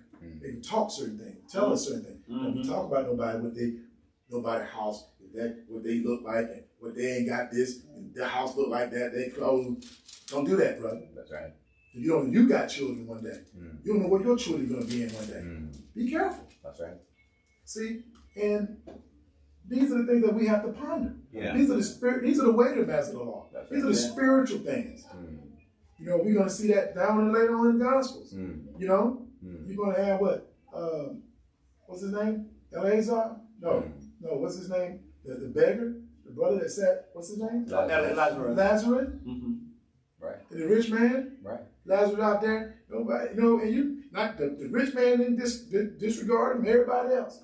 But that's okay. He may not have gotten anything in the earth, in the land, but the book says, in that kingdom, Yahshua showed us a vision of the kingdom. Everything. He's going to get his reward. He's going to be sitting next to Abraham. you're going to be in the lake of fire Mm. if you're not careful. Right. Calling on brother, Father Abraham, help me. Yeah. Just let me cool off my tongue. Ask Eleazar. Ask I keep calling him Eleazar. What's his name? But what's his Lazarus. Lazarus. Ask Lazarus. What was his name? That's his name, Eleazar. Eleazar. He asked Lazarus. Hey, let him dip his hand in it. He said, "Man, Right. I can't do." Hey, and when you were alive, you received all your good stuff. Right. And Lazarus received evil. Mm. But even if I wanted to, I can't help you. Right. It's a gulf. Big See, we think Yahshua is playing with us when he's talking about it. But Yahshua is serious. It's a heart attack. Mm. You might be that same person in the lake of fire. Watch what you say about Yahweh's people. Watch how you treat them. If they out there, they might be a stone prostitute. They might be. That's right. But did you help her? No. Did you do anything to help her get her off the streets? No. He says, in that day they shall say unto me. He says, well, when I was naked, you clothed me. I was hungry, you fed me. They say, when? How? Mm. At least that which you did to the least of my brothers, you did it to me. So you got a lot of people that least out here. That talks about the Gentiles, but it's also to us as Israel as well. It's applicable to us. I mean, he gave the parable about who was the Good Samaritan and That's who your right. neighbor was. You know. Or they walk right over. Right. The Levite said, man, I got to go offer up this sacrifice, man. Exactly. I can't get dirty. Defile myself. Right. You know. Priest. Yes. And the person they don't leave him and let him die. The person that they don't have no respect for, the Samaritan comes along. He picks him up, bounces him up, All the one stop to help. Right. Go ahead. But I'm telling you. But you know what, my Ella, you know, we're looking, now we're going to see what Joseph is going to do. Okay. He's been elevated above all people, folks in the land of Egypt, seeing what he told it that the butler from Pharaoh said, hey, remember me. Right. Mention my name, didn't mention. No, let's see what Joseph is going to do now. Okay, If yeah. he's going to get big headed now, yeah. Okay, let's see. Let me see. Verse 45. And Pharaoh called Joseph name Zaphanath, Paneah. Hey, look, don't mean to interrupt you. That means Coptic revealer of secret things. Say that again. Praise Yah. The Coptic revealer of secret things. That's his name. Praise Yah. His name goes right with him. Yeah. Hallelujah. Thank you, brother. Yes, sir. Praise Yah. And he gave him to wife Asenath, the daughter of Potiphar, priest of On, or O-N. Oh, yeah, okay. And Joseph went on over all the land of Egypt. And Joseph was 30 years old when he stood before Pharaoh, king of Egypt. And Joseph went out from the presence of Pharaoh and went throughout all the land of Egypt. And in the 7th plenteous year, the earth brought forth by handfuls, and he gathered up all the food of the 7 years which were in the land of Egypt, and laid up the food in the cities. The food of the field, which was round about every city, laid he up in the same. And Joseph gathered corn as the sand of the sea very much, until he left numbering, for it was without number. And unto Joseph were born 2 sons, Okay. before the years of the famine came, which Asenath, the daughter of Potiphar, a priest of On, bare unto him. And Joseph called the name of the firstborn Manasseh. For Elohim said, he had made me forget all my toil Praise Yah. and all my father's house. Okay, you hear that? Forgetting. He forget. He had made me forget all my toil and all my father's house. So that brother, he's 30-year-old man. I forgot. I did the math. I know how old was he when he went into the captivity? 17. He was 17. Praise Yah. So he became a man. Yep. He's enslaved. And now he's a man. That goes back to what you said, Uriah. He needed, Yahweh allowed that time for him to go through those things, to grow, to mature. Yeah. Of course, he's growing, as the book said, waxing strong in Yahweh. That's so right. we see that. So he's a man, but look, how you would feel. That's why we got to think about Yahweh's mind is with those, Yahweh looked at the prisoners. He's like, hey, But he looking at you, what you gonna do for him, right? That's right. Because you have to put yourself in a situation of the man ain't seen his dad, all his brothers, his little brother, and then how his brothers did it. Right. You know, you imagine how you feel every day. Right. He's 17, 13 years. You thinking about every day, man, my own blood brothers. He finally getting peace. But He named the child. I mean, what? So he's getting peace now. He said Manasseh. That means forgetting. Right. So he's forgetting. So Yahweh, like Yahweh just gave him peace. So Yahweh don't give him that peace. Yeah. So that's beautiful. So that's it. Take a little time. Take a little time. So now he puts that word on his son, names his son. And of course he married an Egyptian woman. Right. The seed is the man. Did they mock him? They didn't mock him. They're not. They coming. He was a they're not. Different word again. Right. But they mocked Moshe. He They was mocked raised Moshe. in Egypt too. Exactly. Did he choose that? Did Joseph choose that? Did Joseph say, no, king and Pharaoh said, I'm gonna give you whatever you gotta have. I'm gonna give you a wife. I'm gonna give you a wife of status to fit your status now. And Elder, later on, we're gonna read them sons that he gave.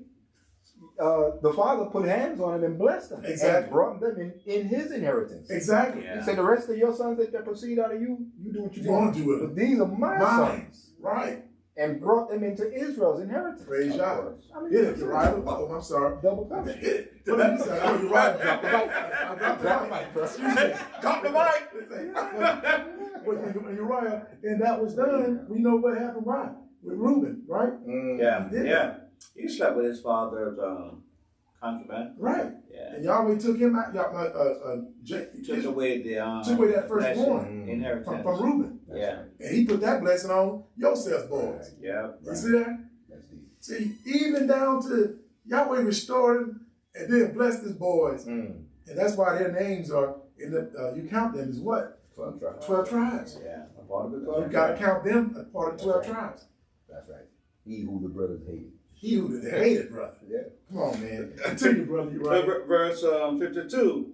And the name of the second call ye Ephraim, for Elohim hath caused me to be fruitful in the land of my affliction. You see that duality? And one of them, I'm moving on.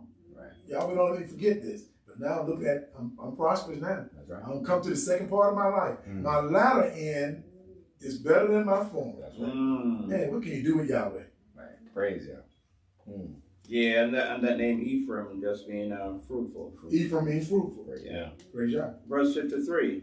And the 7 years of plenteous that was in the land of Egypt were ended.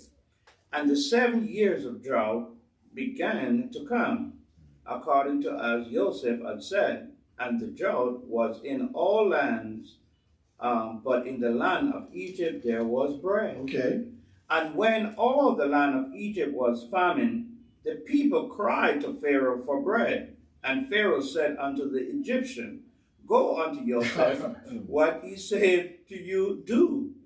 And the famine was over all the face of the earth, and Joseph opened all the storehouses and sold unto the Egyptians. And the famine waxed sore in the land of Egypt, and all countries came into Egypt to Joseph for to buy corn, because that the famine was so sore in all the land. See what Yahweh can do? All this is laid out. It's for one purpose, to get Jacob, get back to get him out, to come on into Egypt, save his life. The whole earth is under famine.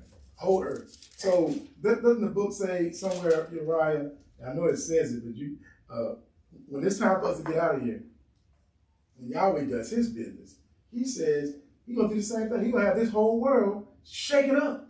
Of course. Everything. I'm going to give men's lives for you.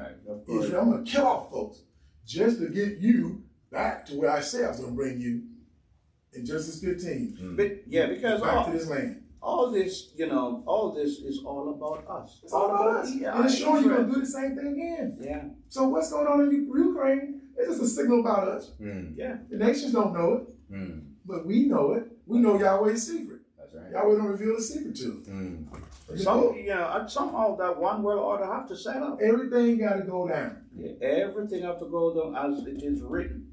Not because of what you think. Yeah. It's as it is written. That's right. So now, what time we looking at? Oh, we got about 10 minutes. Okay, well, let's do this. It's chapter 42. Let's at least start into it. Do you mind? No, sir. And we'll come back, because this, we don't like to stop.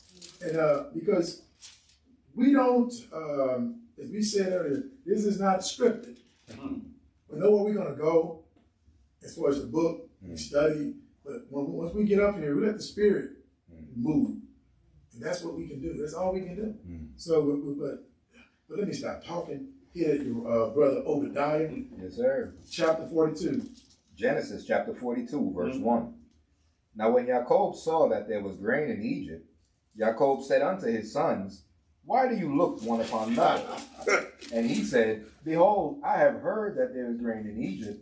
Get you down thither, and buy us from thence, that we may live and not die. And Joseph's 10 brethren went down to buy grain in Egypt. But Benjamin, Joseph's brother, Jacob sent not with his brethren. For he said, Lest peradventure mischief befall him. And the sons of Israel came to buy grain among those that came, for the famine was in the land of Canaan. And Joseph was the governor over the land. And he it was that sold to all the people of the land. And Joseph's brethren came and bowed down themselves before him with their faces to the earth. Okay, that's it for scripture, for the prophecy fulfilled, the grain fulfilled. Oh, yeah. He ain't never forced them. He ain't forced them. They just went on, bowed down. See, man? Go ahead, bro. This is a beautiful book. I tell that beautiful story, man. Yes, sir. Verse 7. And Joseph saw his brethren, and he knew them, but made himself strange unto them, and spake roughly unto them. And he said unto them, Whence come you? And they said, From the land of Canaan to buy food. And Joseph knew his brethren, but they knew him not. It's 13 years later. That's right. They don't, I guess they pretty dead. They don't really know he's living or dead. That's right. May not care. I mean, they sold him to the Ishmaelites. They They don't know if he dwelt among Ishmael or where they took him. Exactly. Right? Yeah. Exactly. Verse 9. And Joseph remembered the dreams which he dreamed of them, and said unto them, You are spies, to see the nakedness of the land you are come. And they said unto him, Nay, my master, but to buy food are thy servants come. We are all one man's sons. We are true men. Thy servants are no spies. And he said unto them, Nay, but to see the nakedness of the land you are come. And they said, Thy servants are 12 brethren, the sons of one man in the land of Canaan.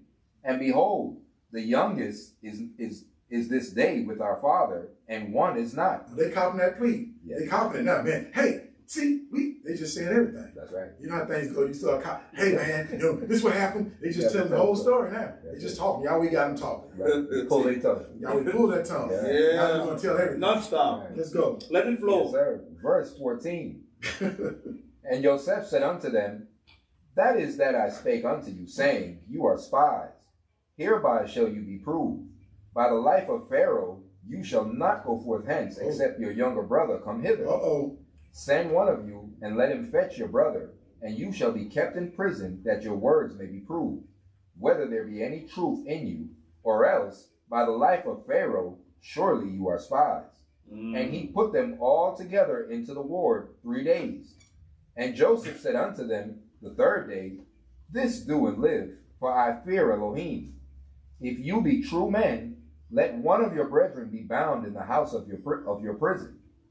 Go you, carry grain for the famine of your houses, but bring your youngest brother unto me. So shall your words be verified, and you shall not die. And they did so. And they said one to another, We are verily guilty concerning our brother, in that we saw the anguish of his soul when he besought us, and we would not hear. Therefore is this distress come upon us. Okay, now we're seeing some more of this. Little Joseph was crying to his brothers, Right. pleading with them. Right. Don't do this. You can imagine. Man, are y'all serious? And it came back. See, now they don't. Now that, see, the evil. Go ahead, Uriah. No, I was a switch back what I said before, where, sometimes Yahweh have a way of, bringing it back to you for you to repent of the things that you have done. Exactly. These brothers don't think they repent of selling Joseph unto the Ishmaelite. Mm. So Yahweh, no, Yahweh, it's the time now, you bring it back to Now them. they pleading. Oh, man. They're reflecting on this thing now. Oh yeah. Yeah. See, be careful. Because sometimes you say that you so. They didn't cry to their father about this. See, the daddy still don't Daddy know don't even know. what they don't do. See, now the lie is exposed. What you do in the dark, Comes out into the light. continue, brother. Yes, sir. Verse 22. And Reuben answered them, saying, Spake I not unto you, saying, Do not sin against the child, and you would not hear. He did that. That's right. Therefore, behold, also his blood is required. Right.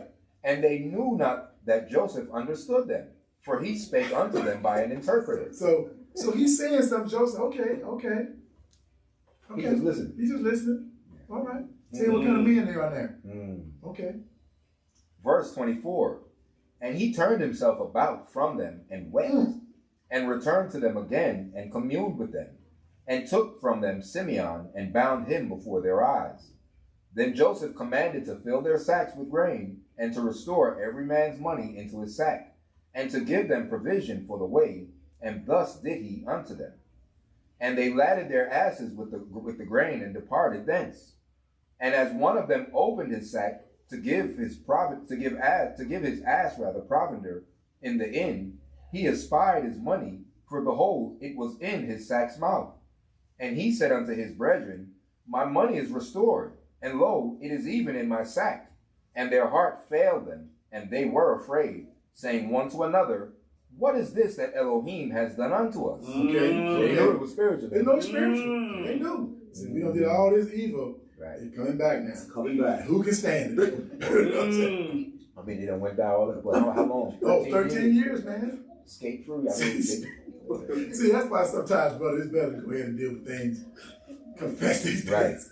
But it don't mean you may not deal with it, though. Right. Yahweh determines what kind of what the judge? the judgment. Right there, punishment, yeah. Yeah, man. Yeah, but see, you can be wrong, but don't worry, Yahweh got it written down. Yeah. Don't you? Vengeance is mine. But the suffering, they didn't suffer. They didn't suffer.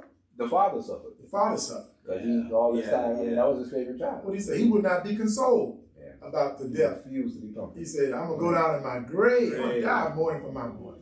I don't care how I feel. I'm going to die mourning for him. You can't come to me with nothing. Not even his daughters. The daughters. Daughters and sons. Daughters and sons. Nobody to comfort him. Because we know how our children are to us. But they wanted to. You know? Yeah. We love our people. Yeah. You know? Let's continue. Yes, sir. Verse 29. And they came unto Jacob their father, unto the land of Canaan, and told him all that befell unto them, saying, The man who is the master of the land spake roughly to us, and took us for spies of the country. And we said unto him, We are true men, we are no spies. We are 12 brethren, sons of our father. One is not, and the youngest is this day with our father in the land of Canaan. And the man, the master of the country, said unto us, Hereby shall I know that you are true men. Leave one of your brethren here with me, and take food for the famine of your households, and be gone. And bring your youngest brother unto me, then shall I know that you are no spies, but that you are true men. So will I deliver you your brother, and you shall traffic in the land. And it came to pass, as they emptied their sacks, that behold, every man's bundle of money was in his sack. Oh boy. And when both they and their father saw the bundles of money, they were afraid. And Jacob their father said unto them, Me have you bereaved of my children. Joseph is not, and Simeon is not, and you will take Benjamin away. All these things are against me. And Reuben spake unto his father, saying, Slay my 2 sons if I bring him not to thee. Deliver him into my hand, and I will bring him to thee again. And he said, My son shall not go down with you, for his brother is dead, and he is left alone. If mischief befall him by the way in the which you go, then shall you bring down my gray hairs with sorrow to the grave. Brother, I want to, this is so great, you don't want to stop. You don't want to stop. That's it. Yeah. I mean, where are we now? We're right. We right at 2? Read the 10 at the minimum. We'll stop at verse 10. And we'll pick up next Sabbath. Y'all willing. In Genesis chapter 43, verse 1. And the famine was sore in the land, And it came to pass, when they had eaten up the corn, which they had brought out of Egypt, their father said unto them, Go again, buy us a little food. And Yehuda spake unto him, saying, The man did solemnly protest unto us, saying, You shall not see my face, except your brother be with you. If thou wilt send our brother with us, we will go down and buy the food. But if thou wilt not send him, we will not go down. For the man said unto us, You shall not see my face, except your brother be with you. And Israel said, Wherefore dealt you so ill with me, as to tell the man whether he had yet a brother? Why are you running your mouth so? No. They couldn't help it. I couldn't help it. I told the man everything. They couldn't help it. Oh, that's tough, man. And I think sometimes like people, we do that. Yeah. Sometimes as a people. Yeah. We just start talking. So you know what? Just hold the rod over the child's Right. head. Right. Everything. It was him. Just come right out. You did. And when I was 10 years old, this is what happened to me when I was 10. I told you your life story, man. To confess everything. Oh, man. Yeah, but you know, great job. All right. Verse 7, man. But nobody has a history like this. I love Right. this story, man. That's right. I love this story, man. I'm telling you. Verse 7. And they said, The man asked us straightly of our state and of our kindred, saying, Is your father yet alive? Okay. Have ye another brother? That's Joseph on. And we told him according to the tenor of these words. Could we certainly know that he would say, Bring your brother down? That man, the brother, they didn't even pick it up. Right. They couldn't. Even if he Yahweh had blinded them so good, they couldn't recognize that brother. I know. He's an Egyptian. He's dressed. Why would their brother be the governor? Yeah. He's a Hebrew. Yeah. So why would they even suspect? See. You know? But that shows you they paid no mind to the things that he was saying. Yeah. No. But Yahweh didn't want him to. Yeah. Yahweh right. wanted it to happen just the way it is here. Yeah. Praise God. Verse 8. And Yehuda said unto Israel his father, Send the lad with me, and we will arise and go, that we may live and not die, both we and thou, and also our little ones. I will be surety for him. Of my hand shall you require him. If I bring him not unto thee, and set him before thee, then let me bear the blame forever. For except we had lingered, surely now we had returned this second time. And their father Israel said unto them, If it must be so now, do this. Take of the best fruit in the land in your vessels, and carry down the man a present, a little balm, a little honey, spices, and myrrh, nuts, and almonds. So we see their diet. See? Exactly. And so, go to 13. You sure you don't want us to go ahead and read everything? How much we got? What you want to do? I hate to stop in the middle of it. Let's go ahead and finish it up. Yeah. We'll end at chapter 43. Yeah, verse 12. Take double money in your hand, and the money that was brought again in the mouth of your socks. Carry it again in your hand, peradventure it was an oversight. Take also your brother and arise, go again unto the man. And Elohim Almighty give you mercy before the man, that he may send away your other brother and Benjamin.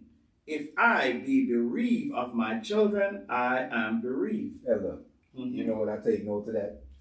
He didn't trust Reuben. He didn't trust Reuben one bit, because Reuben made the same plea. He said, send your son with me, and my life will be accounted if I don't bring him back. He said, my son ain't going down with you. Period. He ain't going with you. I mean, read that. He said, my son ain't going with you. Yeah. I don't trust you, man. I know what you did. I know you ain't going with That's like you slept with the concubine. But Judah, when Judah said it, Yeah. he's all right. All right. If I'm bereaved, he said, let me be responsible for him. Right. He's okay. Good man.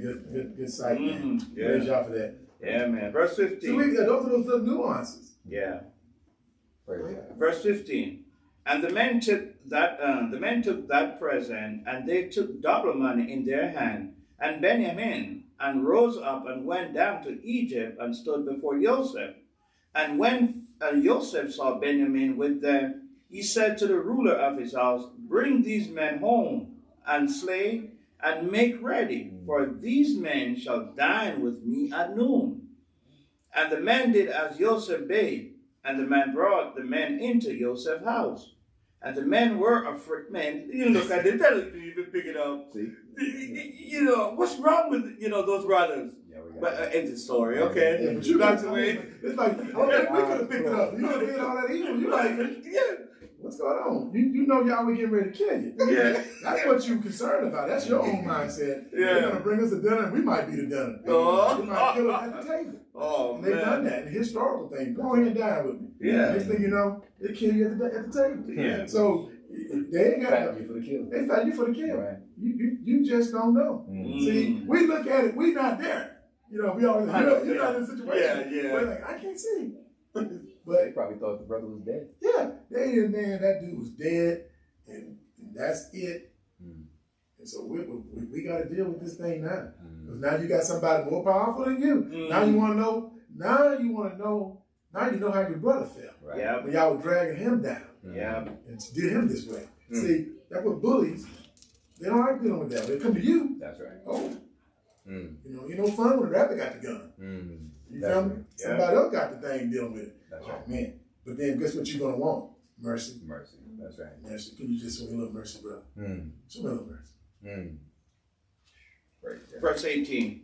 And the men were afraid, because they were brought into Joseph's house, and they said, because of the money that was See, there it is, returned, there it is. in our sack at the first time was we brought in, that he may seek occasion against There it us is. and fall upon us That's right. and take us for bandsmen and our asses. Mm.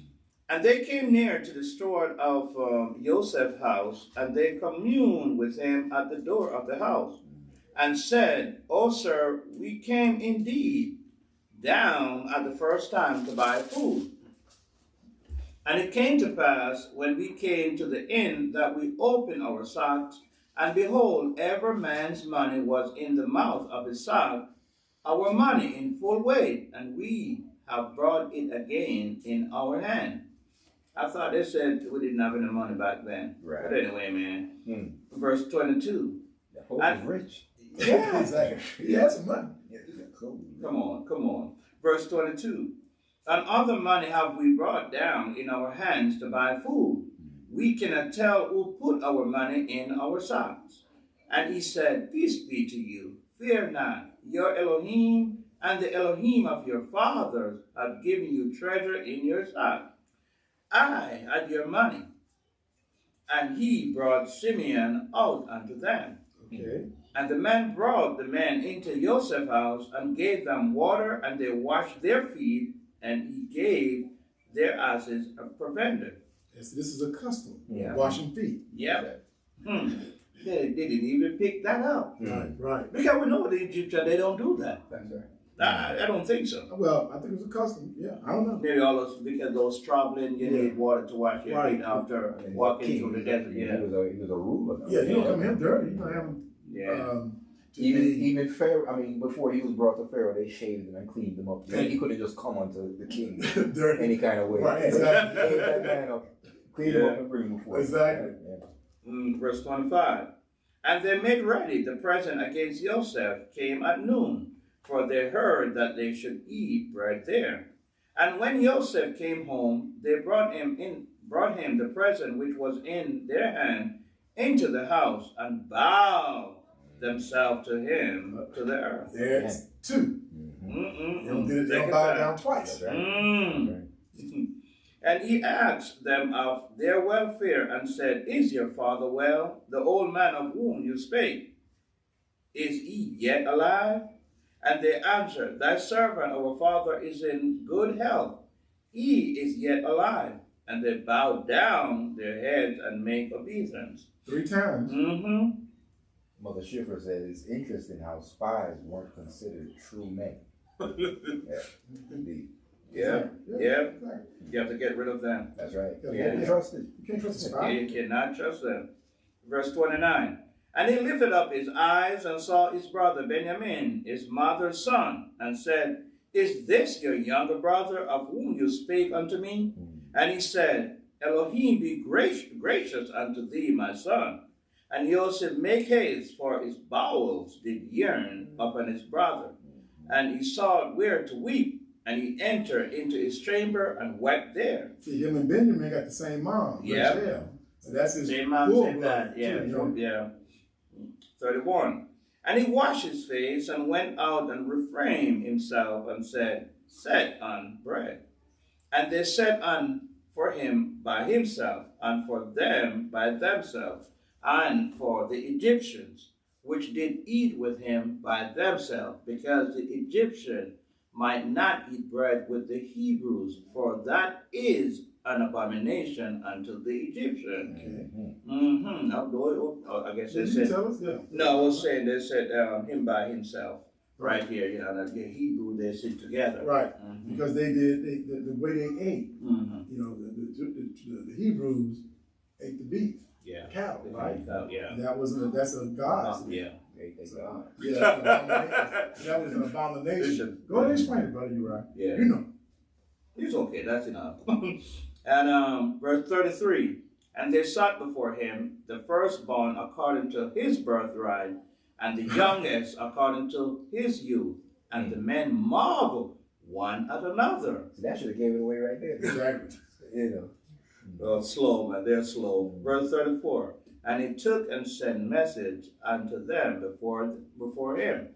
But Benjamin's mess was 5 times so much as any of theirs, and they drank and were merry with him. But praise Yah. We're going to save a little bit through Yahweh willing for next Shabbat, because you can see this is a cliffhanger. Oh, man. No matter how many times you read it, It still holds you in that suspense, man. That's right. Definitely. So what I'm going to do right now, as it is our custom, we're going to end the Sabbath class discussion right here.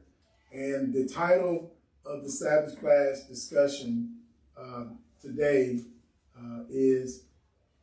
was Joseph, the hated brother. So with that, I'm going to, as our custom, Brother Uriah, is anything you want to say? Man, this story is so straightforward and touching, man, and you know, I can't wait to see the end of it. Every time I read this story over and over, and it still it cannot be stale, man. It elicits emotion. Yes, very much. Yeah. You never get. You just like, wow, you know. Just anything else you want to say? That's it. I can't wait for the finish. Okay, praise God. Yeah. Praise God. Even though there's no finish. Oh yeah. There's no ending. Yes, there's no ending. Because if you read the story every day, you know, I mean, just read it every day is the same feeling you're gonna get from this story. Greatest love story. I mean, oh come on, man. This is deep stuff. I found it interesting that the steward of the house, he spoke Hebrew. Exactly. You know, we know he was the interpreter and he spoke to them, but when they came to him, he said, Shalom. Right. Fear not. Yeah. Your Elohim has he said, your Elohim has given you treasure in this act. Exactly. Yeah. He said, I got your money. I got you, buddy. You know, so I mean, that's interesting. That's interesting. But see, but these are international people. These are kingdoms. They have to transact business. You got to have people that speak. So you had trade, interpreters. Yeah, we think it's that way because we, you know, but look at it this way again. Joseph is there. Joseph speaks Hebrew. Right. So he's going to interact with others. So they're going to learn Hebrew from them too, and he's going to learn the Egyptian. He learned the Egyptian language too. But now he wasn't the only one that he didn't teach the Egyptian Hebrew, because when he got there, they could communicate with him. Correct. So again, they did have. Right. Yeah. If they deal with people in Canaan, and the ancient Egypt was dealing with the Sudanese down south and the Sudan further, they were dealing with all kinds of people way out. So you're right.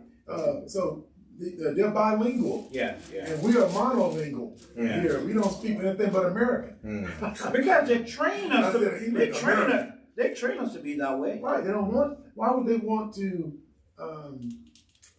encourage They you. want to dumb Americans down, in my opinion. And that's what I told my daughter the other day. I said, look, don't dumb yourself down just to get along with anybody. Correct. And what you know, you know. You don't have to show off, but don't dumb yourself down. You're trying to appease somebody, coming across like you ain't got no sense neither to be a part of the clique. Right. And I say that, no sense. No, it's real. But that's how it is. Because a lot of our people are caught up in those situations. They going along to get along. Exactly. They're in those. I don't want to book because they're in those schools where they are being intelligent in these little schools now. Some areas. Oh man, that might get you killed. Right. If you're in there doing your homework and answering a question in class. Right. You better turn the A in on your own. Tell the teacher, don't give me any credit for that. You might have to say something to her if she start giving you a little too much credit. Right. They watch, but see, it's horrible. I know. It's horrible.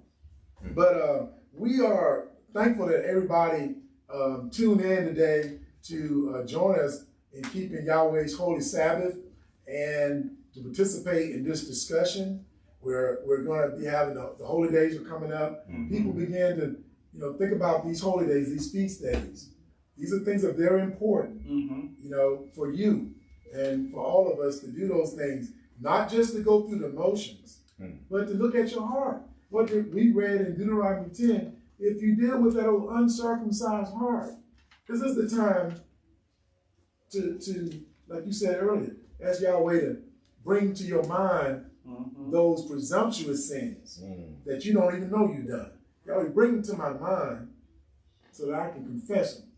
I don't want that over my head, right? So when you confess that, then you might reveal them secret faults. And then those secret faults, right? Now you can go to your brother or sister what Yahshua say? Well, you leave the altar with that sacrifice. If you got aught with your brother or sister, leave it there. Leave it. Go and reconcile yourself to your brother or your sister. Listen to what Yahshua was saying. Reconcile yourself. But we don't want to do that. We got to be real, man. We have too much pride, man. No, see, pride is an abomination. Of course. Before Yahweh. Well, who are you to be proudful? I don't gave you everything you got. Right. I gave you a good mind. If you're smart, who gave it to you? That's right. You want to say I look good? Well, if you look good, if everybody think you're pretty, I gave you that. That's right. Right? So you ain't do anything. But I can do this though. I'll take away all I'll take away from you. I Yahweh do what? What do he say you do? I make the dumb. I make the dumb. I make the blind. I quicken. And I do what? I kill. So now, he can do the very opposite. You trying to be the ugliest person in America. So what happened to her? She was a beauty queen at 17. But Yahweh, look how she lived. Look how he lived. So but Yahweh ain't like us though. Right. Because he's long suffering. Even though we might deserve to be incarcerated, like this brother was, he didn't deserve these things. So if the righteous go through it, where would unrighteous be? That's right. So we have to count those things. We go through things, and Yahweh don't brought us a long way. Now we can glorify him and thank him, and then we can look back. And that can be a blessing for the next brother, sister. When you go through things, it is a blessing. It is a blessing. Oh yeah. It's like my other said, we say, why not? Why me? He said, why not? Why not you? Why me, Uriah? Why not? Don't go to Uriah for Uriah. Why not you? I'm going through this, Uriah. Come on, man. Why not you? But that is true. Why not? I mean, if Yahweh put you through it, that means he gave you the ability to bear it right through. Right. Yeah, so why not you? Yeah, that's right. Yeah. So look on Facebook. You got to think what you want to say, but you can look on Facebook and see the holy day dates. Yeah, New Year is on January 31st. Not January, but forgive me. It's on March 31st. My apologies. Right. March 31st will be the New Year, New Moon. Okay. And, we have the Passover will be on the 13th. Forgive me. The Passover will be on the 14th. 13th. 13th at Eve, which is the 14th. Yeah. All right. So and they are listed on our everything's listed on the calendar, so you can govern yourselves accordingly. And anything else? Go ahead, bro. Yeah, we're talking about remember dealing with coming to the feast days. We have to get rid of certain things. Okay. That's edible. In the household. Yes. Just edible. Edible. That's you're talking about the feast of unleavened bread. Correct. In particular, right? Leaven. Yeah. So take all that leaven out of your home that you eat. but we need to be more concerned also about the more important is the spiritual leaven. A little leaven, a little sin, a little, what is it again? Little leaven is the whole lump. Exactly. Kobe used to say a little dab of it.